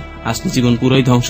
যদি পরিবারের সাথে থাকতে পারে তাহলে অবশ্যই সে একদিন না একদিন সফলকাম হবে, এটা আমার বিশ্বাস। কাকে সরি বলার আছে? ভাই আমার একটা মেয়ের সরি বলার ছিল। কি কারণে? কারণ যখন আমি চিরাঙে ছিলাম তখন একটা মেয়ের সাথে খুব খারাপ আচরণ করছিলাম, মানে খুব খারাপ কিছু করছিলাম ওদের সাথে চলার পর। কি করেছিলেন? মানে মেয়েটা স্কুলে পড়তো, তো আমি যখন কাঠমিস্ত্রি চাকরি করতাম তখন মেয়েটা স্কুলে যাইতো, দেখতাম, খুব ভালো লাগতো। পরে বলছিলাম কিন্তু মেয়েটা না বলে দিয়েছিল। পরে ওদের সাথে চলার পরে মেয়েটারে একদিন খুব বাজে ইজিং করছি। তারপরে মেয়েটারে নিয়ে খারাপ কিছু করার চিন্তা ভাবনা ছিল, কিন্তু করতে পারিনি। তারপর শেষ পেশ মেয়েটা কি হয়েছে? পরে মেয়েটা ওইখান থেকে মানে এমন একটা সিচুয়েশন ছিল যে মেয়েটা মানে চিটাং তো এলাকা ছেড়ে চলে গেছে। পরে মেয়েটার পরিবার সহ এলাকা ছেড়ে চলে গেছে আপনাদের ভয়ে। আপনি যদি সরি বলতে চান সরি বলতে পারেন। তো আমি মেয়েটা সরি বলছি। মেয়েটার নাম মোমো। মোমো, ওকে। তো সরি মোমো, যদি ভুল করে থাকে কোনো সময় মাফ করে দিও। মাসুমকে আমরা মারছিলাম, মাসুমের ভাইয়ের কাছে আমি সরি বলতে চাই ভাই। আপনি কি মনে করেন যে একজন অবশ্যই আমি ওই ছেলেটার প্রতি খুবই ভাই আমার এখনো চিন্তা করে আমাদের সাথে চলছে ভাই। আসলে ভাই মাসুমকে মারছি পর ওর যে খালি কষ্ট লাগছে আসলে সেটা না, আমরা যে কয়জন ছিলাম মূলত আমরা আমাদের বন্ধু ছিল ভাই, দূরের কেউ তো না, অনেক কাছেরই ছিল চলছি ভাই। কিন্তু আসলে সবাইকে মারছি ওটা কোনো দুঃখ নাই, কিন্তু একটা কাছের বন্ধুকে মাইরা ফেলছে, এটাই সবচেয়ে আমাদের পছন্দ বেশি, এটাই সবচেয়ে আমাদের হার্ট করছে বেশি। তার জন্য মাসুমের ভাইয়ের কাছে আমরা তো পড়ালেখা করতে হবে, ওরা তো আমরা মেরে লিখছি, লাইফটা নষ্ট করে দিছি না ভাই। বাবা আমার কষ্ট দিচ্ছে, আজকে হয়তো একটা ভালো পজিশনে যেত, হয়তোবা আমাদের এই কারণে ওর বাবা মার অনেক চোখের জল পড়ছে। মাসুমের বড় ভাই যদি বলে যে হ্যাঁ মাফ করে দেবো, পুলিশের কাছে ধরে দেবো, এরকম কোনো কথা বললে চিন্তা করে দেখবো, কি আর করবো। আসলে দোষ করছি, এখন শাস্তি পেতেই হবে, যে কোনো বিনিময়ে শাস্তি ভাই আমরা দিন রাত শাস্তি শাস্তি নিজের বিবেকের কাছে পাইতেছি ভাই। কি যে শাস্তি এটা ভাই, আসলে এটা আসলে বোঝানো যাবে না। মানুষের বড় আদালত ভাই বিবেকের কাছে আমরা যে শাস্তিটা পাইতেছি, মানুষ ভাই দিনে একবার আদর পায়, বছরে একবার হইলেও তো আমরা পাইতাম ভাই আদর। আমাদের তো কেউ আদর করে নাই ভাই, মাথায় হাত দেওয়া কেউ কয় নেই কেমন আছো এই কথা ভাই, কোনোদিনও কোনো মানুষ আর ভালো মুখ কেউ তো কোনো আগে আসে নাই। বরঞ্চ কারো কাছে গেলে কয় তোরা তো গুন্ডা, তোকে তো কোনো বুক পিট নেই, মূল কথা তোকে কোনো মানবিক দিক বলতে কিছু নেই, তোরা চলো চুরো দূরা মানুষ ভাই, তোকে কোনো মানে কি বলবো এটাকে, অনুভূতি বলতে যে জিনিসটা ওরকম কিছু নেই। আমাদেরও কিন্তু একটা ওরা feelings আছে, অন্যরকম, তোরা আমরা অন্য যেটা প্রজাতির বুঝতেছি। মানুষ, এরকম ভাবে ব্যাখ্যা করে আমাদের। এখন যদি মাসুমের ভাই চায় মাথা পেলা নিতে হবে, কিছু করার নিতে হবে। আসলে আমরা মূলত এইসব খারাপ পথ থেকে বের হয়ে যাই। এখন আমরা বের হয়ে যেতে চাই, আমরা ভাই এগুলা ছেড়ে দিব। তার যাক, আমরা শপথ তো দিন দিতে আসছি, আমরা তিনজন আজকে আপনার স্টুডিওতে শপথ নিয়ে যাবো যে আমরা এই স্টুডিওতে বেরোনোর পর আমাদের লাইফটা আমরা পরিবর্তন করে ফেলবো। হয়তো আজকে আমি মিজান আছি, সন্ত্রাসী মিজান আমার নামের আগে ছিল, ওই সন্ত্রাসী মিজান যেন না থাকে ভাই। ওটুকু ভাই যে কত খারাপ একটা জিনিস ভাই, এটা ভাই আমরা বুঝি ভাই, এটা সিল ভাই। কোন একটা সিলের উপর কোন কাগজে যদি একটা গুরুত্বপূর্ণ সিল থাকে, কাগজটার যেরকম মূল্য ভাই, ওরকম আঙ্গু গায়ে যে সিলটা পড়ছে ভাই, ওই সিলটা আঙ্গুর জন্য তত বড় বিপদ ভাই, তত বড় খারাপ একটা ভাই ব্যাপার ভাই। আমরা বিশ্বাস করতে চাই যে বোধের জায়গাটা থেকে আপনারা এখানে এসেছেন, সেই বোধের জায়গাটা আপনাদেরকে সুস্থ মানুষের দিকে নিয়ে যাক। কিন্তু একই সাথে আমরা এটাও মানতে চাই যে যে অপরাধ আপনারা করেছেন সেই অপরাধের শাস্তি যদি রাষ্ট্র আপনাদেরকে দেয়, সে অপরাধের শাস্তি আপনারা মাথা পেতে নেবেন, সেই বিশ্বাসের জায়গা থেকে আপনারা ওয়াদাও করেছেন। ওকে, আপনারা তিনজনই যার কথা বলছেন তিনি হচ্ছেন যাকে আপনারা মেরে ফেলেছেন মাসুম, তার বড় ভাই পারভেজ। আমি এই মুহূর্তে যদি পারভেজের সাথে আপনাদেরকে কনফেস করাই, আপনারা কনফেস করবেন? সরাসরি তার সাথে ফোনে আমরা কথা বলবো। যে আমি মাপ চাবো ওনার কাছে। চলুন আমরা দেখি তার সঙ্গে কথা বলতে পারি কিনা। আচ্ছা, মাসুমকে গুলিটা কে করেছিল? আমি করেছিলাম। আসলাম, আপনি জি করেছিলেন? জি আমি করেছিলাম। মানে গুলিটা আলটিমেটলি টার্গেটেড গুলি ছিল নাকি আপনি একজনকে খুন করতে চান সেভাবে গুলিটা করেছিলেন? না, একজনকে খুন করতে চাই, আমি টার্গেট নিয়ে নেই, আমি করছি। মিজান তো আপনাকে অর্ডারটা দিয়েছিল? হ্যাঁ, ও অর্ডারটা দিছিল, তারপরে গুলি ছুড়ে দিছি, ওর বুকে গিয়ে লাগছে গুলিটা। ওকে প্রিয় শ্রোতা, আমরা এই মুহূর্তে কানেক্ট করছি মাসুমের সেই হতভাগা বড় ভাই, ছোট ভাইয়ের হারানোর ক্ষত নিয়ে যে এখনো বেঁচে আছে, যে জানে না যে এরা আসলে কোথায় আছে, কিভাবে আছে, এবং তার ভাইয়ের খুনিরা আসলে কোথায় আছে। আমরা এই মুহূর্তে ফোনে কানেক্ট করছি মাসুমের বড় ভাই পারভেজকে। যাহা বলিব সত্য বলিব।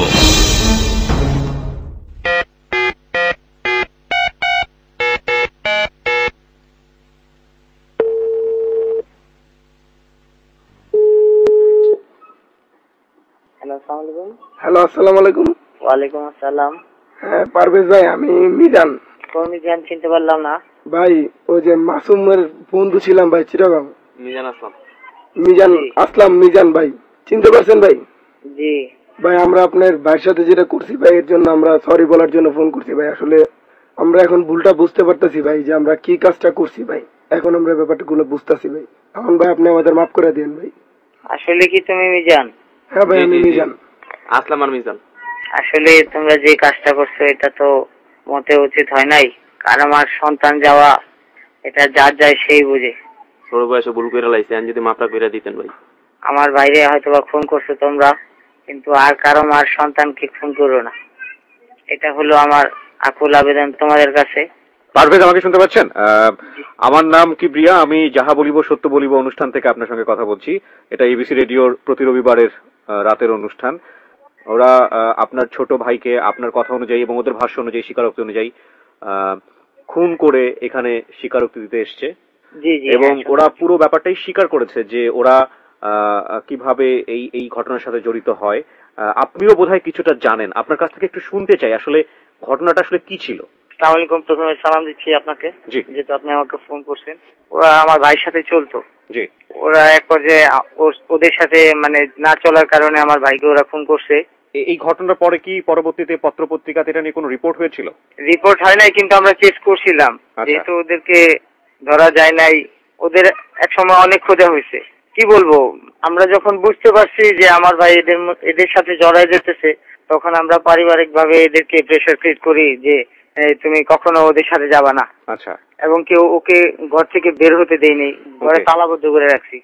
এবং কি এক সময় ও ভালো হতে চাইছিল, প্রায় ভালো হয়ে গেছে, এমন সময় ওদের সাথে ও না যাওয়াতে ওরা অমানসিক অত্যাচার করে আমার ভাইয়ের উপর। আমি যতদূর যে শুনেছি যে বাড়ির উপরই নাকি খুনটা করে, গুলি করে রেখে যায়, তাই কি? জি জি জি, গেট থেকে বের হওয়ার সময় ওরা গুলিটা করে চলে যায়। আপনারা কি সত্যি মন থেকে পারবেন এদেরকে মাফ করে দিতে?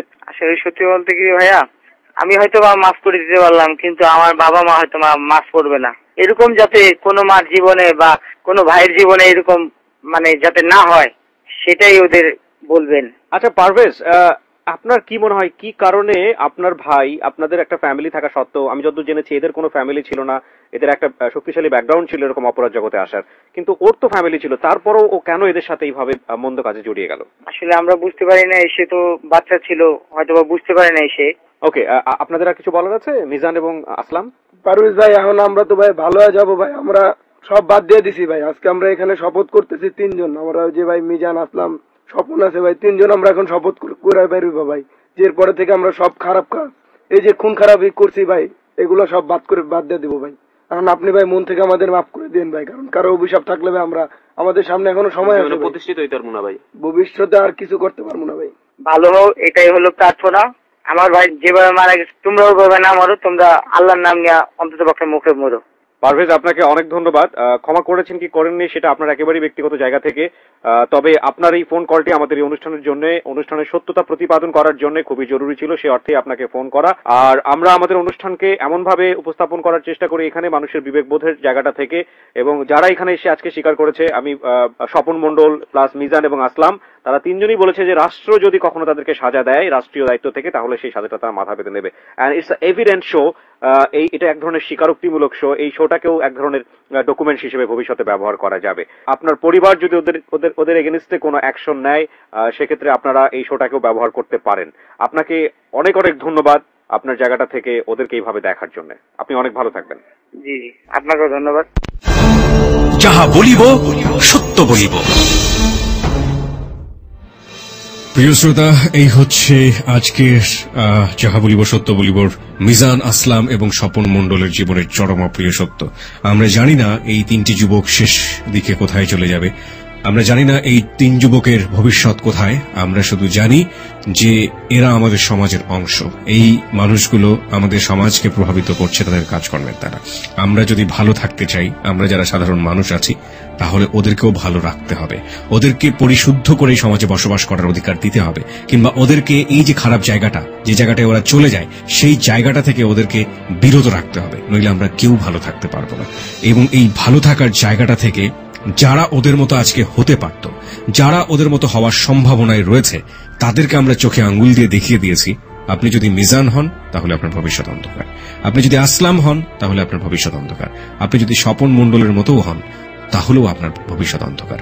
ওরা কিন্তু সবাই অনেক মজা করে গুলি করত, সবাই অনেক মজা করে মানুষ মারত, কিন্তু ওরা কিন্তু জীবন মৃতের একেবারে মাঝামাঝি অবস্থায় রয়েছে এবং ওরা ভালো নেই। ওদের মুখ থেকে আপনারা শুনেছেন। যারা এরকম কিশোর আছো, যারা এরকম কিশোর অপরাধী আছো, তাদের জন্য আইন আছে আমরা জানি, কিশোর সংশোধন, কিশোর অপরাধীদের সংশোধন করার জন্য কেন্দ্র আছে আমরা জানি। Please stop yourself. এবং একই সাথে ফ্যামিলিদেরকে বলতে চাই, যে কারণে সন্তান এই ধরনের ভয়াবহতার দিকে চলে যায়, যে কারণে সন্তানের মধ্যে এত বড় রকমের জিঘাংসার জন্ম হয়, সেই কারণটি যেন পরিবার থেকে দূরে থাকে, সেই কারণটি যেন তাদের কাছে কখনো না আসে, সে ব্যাপারে আপনি সচেতন হন। প্রিয় শ্রোতা, আমরা শেষ করছি যাহা বলিব সত্য বলিবর মূল অংশটুকু, জীবনের অপ্রিয় সত্য নিয়ে যে 3 জন বন্ধু এখানে ছিলেন তাদের অংশটুকু।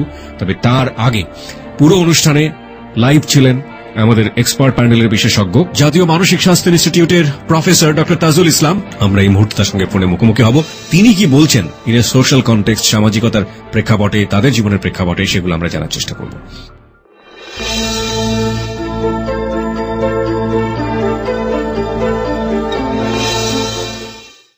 ডক্টর তাজুল ইসলাম, আপনি তো শুনলেন, তো আপনার এই পর্যায়ে কি বলার আছে? জি, আমি ওদের 3 জনের জীবন কাহিনী শুনেছি। এখন এই 3 জনের যে গল্পগুলি, এগুলি আমরা যারা অপরাধ করে, যারা বখাটে হয়ে যায় বা বিচ্যুত পথে চলে যায়, আমরা যাকে বলি কন্ডাক্ট ডিসঅর্ডার, যেটাকে বলি আচরণগত সমস্যা, এগুলি টিপিক্যাল উদাহরণ। আগেও যেমন ছিল এদের ভিডিও তাই পাওয়া যাচ্ছে। আমি আজকের একটা উদাহরণ দিব, সেটা আমি নাম টাম কিছুই বলতেছি না। একটা ছেলে আমার কাছে তার মা নিয়ে এসেছে, খুবই ভালো একটা ইংলিশ মিডিয়াম স্কুলে সে পড়ে। তার কাহিনী হচ্ছে এই যে স্কুলে সে অনেকে মারধর করে তার বন্ধু বান্ধবদেরকে, তারা এসে অভিযোগ করে, মাস্টারদের সঙ্গে অত্যন্ত বেয়াদবি করে এবং তারাও তাকে রিগার্ড করে, তাকে বিভিন্ন কমপ্লেন করতেছে। এবং এখন ইদানিং যেটা হচ্ছে, এখন মা এবং বাবার সঙ্গেও সে অত্যন্ত রাফ এবং খারাপ ব্যবহার করতেছে। এই কারণে অনেকদিন অসহ্য অবস্থার পরে মা এখন নিয়ে আসে। তার কাছ থেকে আমি আলাদাভাবে যা শুনলাম, সে বলল যে আমি এই যে, সে নিজেই স্বীকার করলো যে আমি সিদ্ধান্ত নিয়েছি অনেক ভেবেচিন্তে যে আমি খারাপ হবো। আমি বললাম কেন?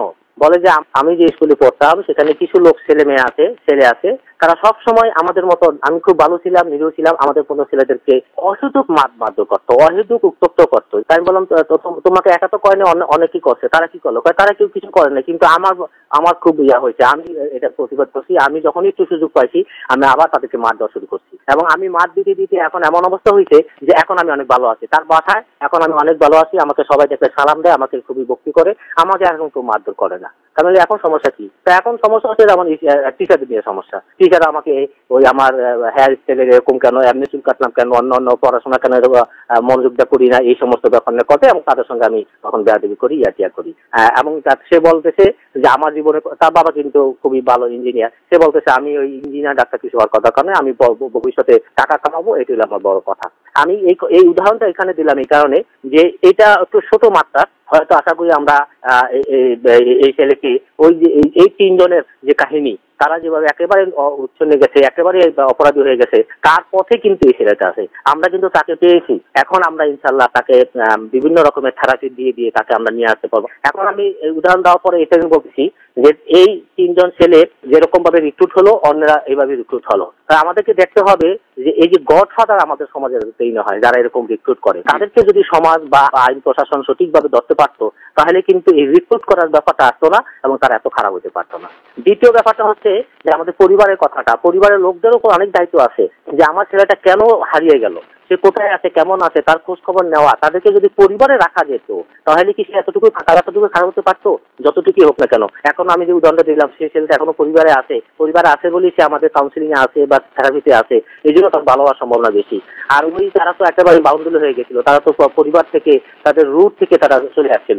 অর্থাৎ পরিবারকে এগুলো দেখতে হবে, এই দায়িত্বটা পরিবারও কিছুজন উপর বর্তায়। আর তৃতীয় যে পয়েন্টটা আমি সেটা বলতে চাচ্ছি, এটা আরেকটা ব্যাপার হচ্ছে এই যারা এরকম সমাজ বিরোধী চরিত্রের হয়, অপরাধ হয়ে পড়ে, তারা যে খুব সাহসী তা না, তারা আসলে এক ধরনের বিটুই।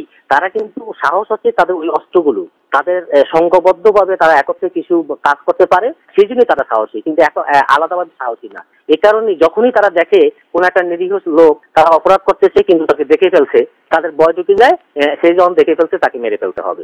অথবা ওই যে ছেলেটাকে মারলো, ভালো ছেলেটা যে তাদের সঙ্গে এসেছিল, সব জানছে কিন্তু সে তাদের সঙ্গে মিশতে চায় নাই, সে ভালোই থাকতে চেয়েছিল, এই যে ভালো যে থাকতে চায় তাকে ভালো হতে দেয় না বরং খুন করে ফেলে। হ্যাঁ, এই জন্য কিন্তু তারা পর অনুতপ্ত হয়েছে। কিন্তু এই সঙ্গে যে নির্মমতার কথা আপনি বলছেন, যে তারা বলছে যখনই হাতে অস্ত্র থাকে তখনই তারা একটু ভালো ফিল করে, এবং অস্ত্র থাকলেই তারা গুলি করতে উদ্বুদ্ধ হয়, এবং কে মরলো কেন মরলো এটা থাকে না। এটা হচ্ছে এদের বৈশিষ্ট্যের প্রধান অংশ। অর্থাৎ নির্মমতার চরম জায়গায় তারা পৌঁছে যায়, যে তারা আসলে ঠিক মানুষ থাকে না, তারা সম্পূর্ণরূপে অমানুষ হয়ে যায়। এখন হ্যাঁ, তারা কিভাবে ফিরে আসতে পারে? প্রত্যেকটা মানুষই কিন্তু একটা না সময়ে কোন একটা ধাক্কার কারণে হোক অথবা অন্য কোনো বোধ বুদ্ধির কারণে হোক, তার মাথায় চিন্তা আসতে পারে যে না, আমি বদলে যাব। এই বদলে যাওয়ার ব্যাপারটা যে কোনো সময় যে কোনো মানুষের ভিতরে আসতে পারে। এই সুযোগটা যাতে আমরা অবহেলা না করি। তারা খারাপ পথে চলে গেছে, তারা ভালো হবে না, এই মানসিকতা না নিয়ে, বরং তারা খুবই খারাপ, এটা ঠিক আছে, তারা যে কোনো সময় আবার খারাপ হয়ে যেতে পারে, এই সবগুলি মানা সত্ত্বেও তাদের ভিতরে এই যে বোধটা এখন এসেছে, তারা একটা পথ চাচ্ছে, একটা সুযোগ চাচ্ছে, একটা রাস্তা চাচ্ছে, যে যেভাবে ওইখান থেকে ফিরে আসতে পারে। আমাদের সমাজে কিন্তু সেই রাস্তাগুলি তৈরি করে দেওয়া হয় নাই। আমাদের আইন সমাজ এরকম নাই। আইন সমাজ এই অপরাধী যাতে না হয় তার প্রতিরোধের যেমন ব্যবস্থা নাই, একবার অপরাধী হয়ে গেলে তাকে আবার সুন্দর সুপথে নেওয়া আসারও কোনো ব্যবস্থাপনা আমাদের সমাজে নেই। এখন সেই জন্যই একটা সমস্যা, কারণ তারা আসলে তারা তো বেশ কিছু অপরাধ করছে এবং আইন তো তাদেরকে সেভাবে ছেড়ে দিবে না। কিন্তু তাদেরকে ভালো থাকার জন্য মন প্রাণটাকে শক্ত করে তারা এই সুপথে যদি আসতে চায়, তাহলে সামাজিক এবং আইনগত প্রক্রিয়াটাকে শেষ করতে হবে এবং আর্থিক ব্যাপারটাকে সৎ পর্যায়ে খেটে পরিশ্রম করে যতটুকু উপার্জন করা যায় সেটা করে যদি তারা আসতে চেষ্টা করতে পারে, তারা এক সময় তাদের এতদিনের যে মেধার অপচয় হয়েছে সেটা যদি এখন ভালো কাজে লাগায়, হয়তো তারা একটা রাস্তা পেয়ে যাবে। হয়তো না, আমি নিশ্চিত যে তারা পেয়ে যাবে, কারণ তাদের ভিতরে অনেক প্রতিভা আছে, তাদের জন্য অনেক শক্তি আছে। এই তিনজনই মিলে একটা ভালো একটা উদ্যোগ নিতে পারে এবং দরকার হলে আশেপাশে আরো কোনো সামাজিক সংগঠন অথবা দাতব্য সংগঠন থাকতে পারে, যারা জানে যে এরা নষ্ট হয়ে গেছিল, বখাটে হয়ে গেছিল, বিপদে চলে গেছিল, এখন ভালো পথে আসতে চাচ্ছে, তাদেরকে তারা সাহায্য করতে পারে। তারা হয়তো সামাজিক কোনো প্রতিষ্ঠানে এমন হয়তো সুযোগ তাদেরকে দিয়েও দিতে পারে। কিন্তু সুযোগ যদি নাও পায়, তারা নিজেরাই পণ করবে যে না, আমরা খেটে খাবো, পরিশ্রম করে আমরা আমাদের জীবনটাকে আবার বদলে ফেলবো। অনেক অনেক ধন্যবাদ আপনাকে আপনার মূল্যবান মতামত আমাদেরকে জানিয়ে দেওয়ার জন্য। জি, আপনাদেরকে ধন্যবাদ।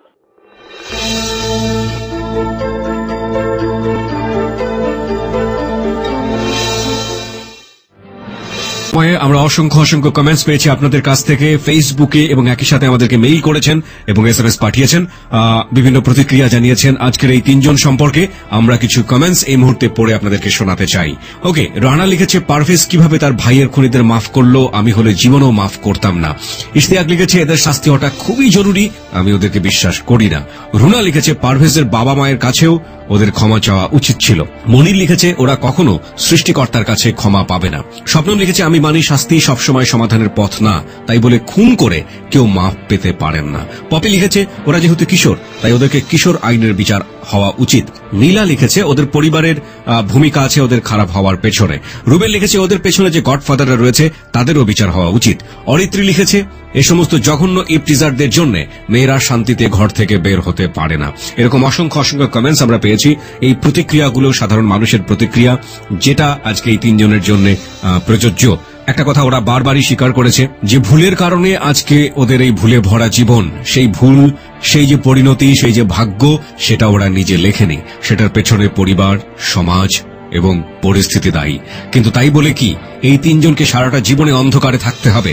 আমরাও ঠিক ওই বন্ধুটির মতো বলতে চাই ওদের কিশোর আইনে বিচার হওয়া উচিত, এবং সেই জায়গাটিতে যদি ওদেরকে আইনি সংস্থা ওদেরকে ধরে এবং আইনি সংস্থার হাতে ওরা ধরা পড়ে, তাহলে আমরা অনুষ্ঠানের মাঝেই পড়েছি এবং বারবার আপনাদেরকে বলে দিয়েছি দিস ইজ আ ডকুমেন্ট, এই ডকুমেন্টটি তারা ব্যবহার করতে পারবে। প্রিয় শ্রোতা, আজকের এই অনুষ্ঠান চলাকালীন সময়ে মেইল করার পাশাপাশি আমাদেরকে অনেকে চিঠি লিখেছিলেন গত সপ্তাহে, সেগুলো আমরা এই মুহূর্তে পড়ে শোনাতে চাই। আমাদেরকে চিঠি লিখেছিলেন, ঠিক চিঠি বলবো না, মেইল করেছিলেন। মেইল করে নিজের ভুল স্বীকার করেছে ফয়সাল, এবং আমাদের মেইল অ্যাড্রেসটি আপনাদের নিশ্চয়ই জানা আছে। আমাদের মেইল করার ঠিকানা হচ্ছে jbsb8920@gmail.com। আমি আবারও বলি jbsb8920@gmail.com, এবং ফয়সালের মেইলকে এই মুহূর্তে আমরা শুনবো আর যে সুমনের কাছ থেকে। যাহা বলিব সত্য বলিব।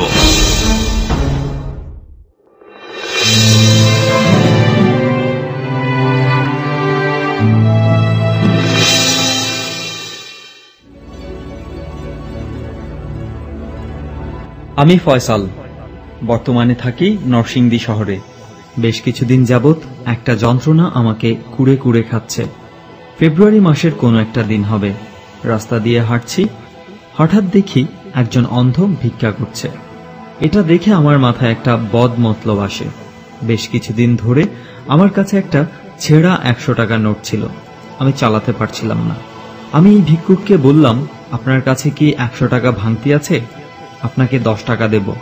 সে আমাকে একটু গুনে দেখতে বলল। আমি গুনে দেখলাম ভাঙতি আছে। তখন আমি তাকে ছেঁড়া অচল 100 টাকার নোটটি দিয়ে তার ভাঙতি সমস্ত টাকা নিয়ে নিই। লোকটি আমাকে বিশ্বাস করেছিল, কিন্তু আমি তার বিশ্বাসের বদলে চুরি করেছি। তাই আজ নিজেকে খুবই অপরাধী মনে হচ্ছে। আমি সেই লোকটাকে অনেক চেষ্টা করেও খুঁজে পাইনি, কিন্তু আজ আমি সবার কাছে আমার ভুল স্বীকার করছি।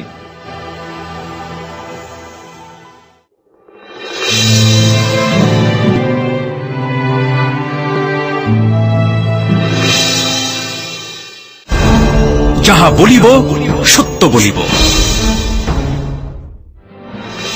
অনেক অনেক ধন্যবাদ ফয়সাল, আপনার জীবনের এই গুরুত্বপূর্ণ উপলব্ধির জন্য। আপনি যেভাবে সংশোধিত হয়েছেন এই ঘটনার পর থেকে, যে অপরাধটা আপনি করেছেন, ঠিক একইভাবে আপনার মতো করে সমাজের হাজারটা ফয়সাল এই অপরাধ থেকে বিরত থাকুক, এই অপরাধ থেকে নিজেকে গুটিয়ে নিক, এবং যারা অপরাধ করেননি এরকম তারা সচেতন হোক। তাহলেই তো আমরা বলতে পারি আমাদের যাহা বলিব সত্য বলিব সাকসেস। আজকের মতো ধীরে ধীরে পর্দা নামছে যাহা বলিব সত্য বলিবর। আগামী রবিবার আরো একজন বিবেকের তাড়না বোধ নিয়ে বসে যাবেন লাখো মানুষের সামনে, স্বীকার করবেন কি ভুল করেছিলেন, কেন করেছিলেন, এবং শেষ পরিণতি তার কি হয়েছিল। অপেক্ষায় থাকুন। বাংলাদেশের রেডিওর ইতিহাসের সবচাইতে চ্যালেঞ্জিং রিয়েলিটি শো নিয়ে আরো একবার মুখোমুখি হয়ে যাব আগামী রবিবার ঠিক রাত 11:20। সে পর্যন্ত আর জি কিবরিয়ার পক্ষ থেকে, আর জি সুমনের পক্ষ থেকে এবং সাউন্ড এডিটর মঞ্জুর পক্ষ থেকে শুভ রাত্রি।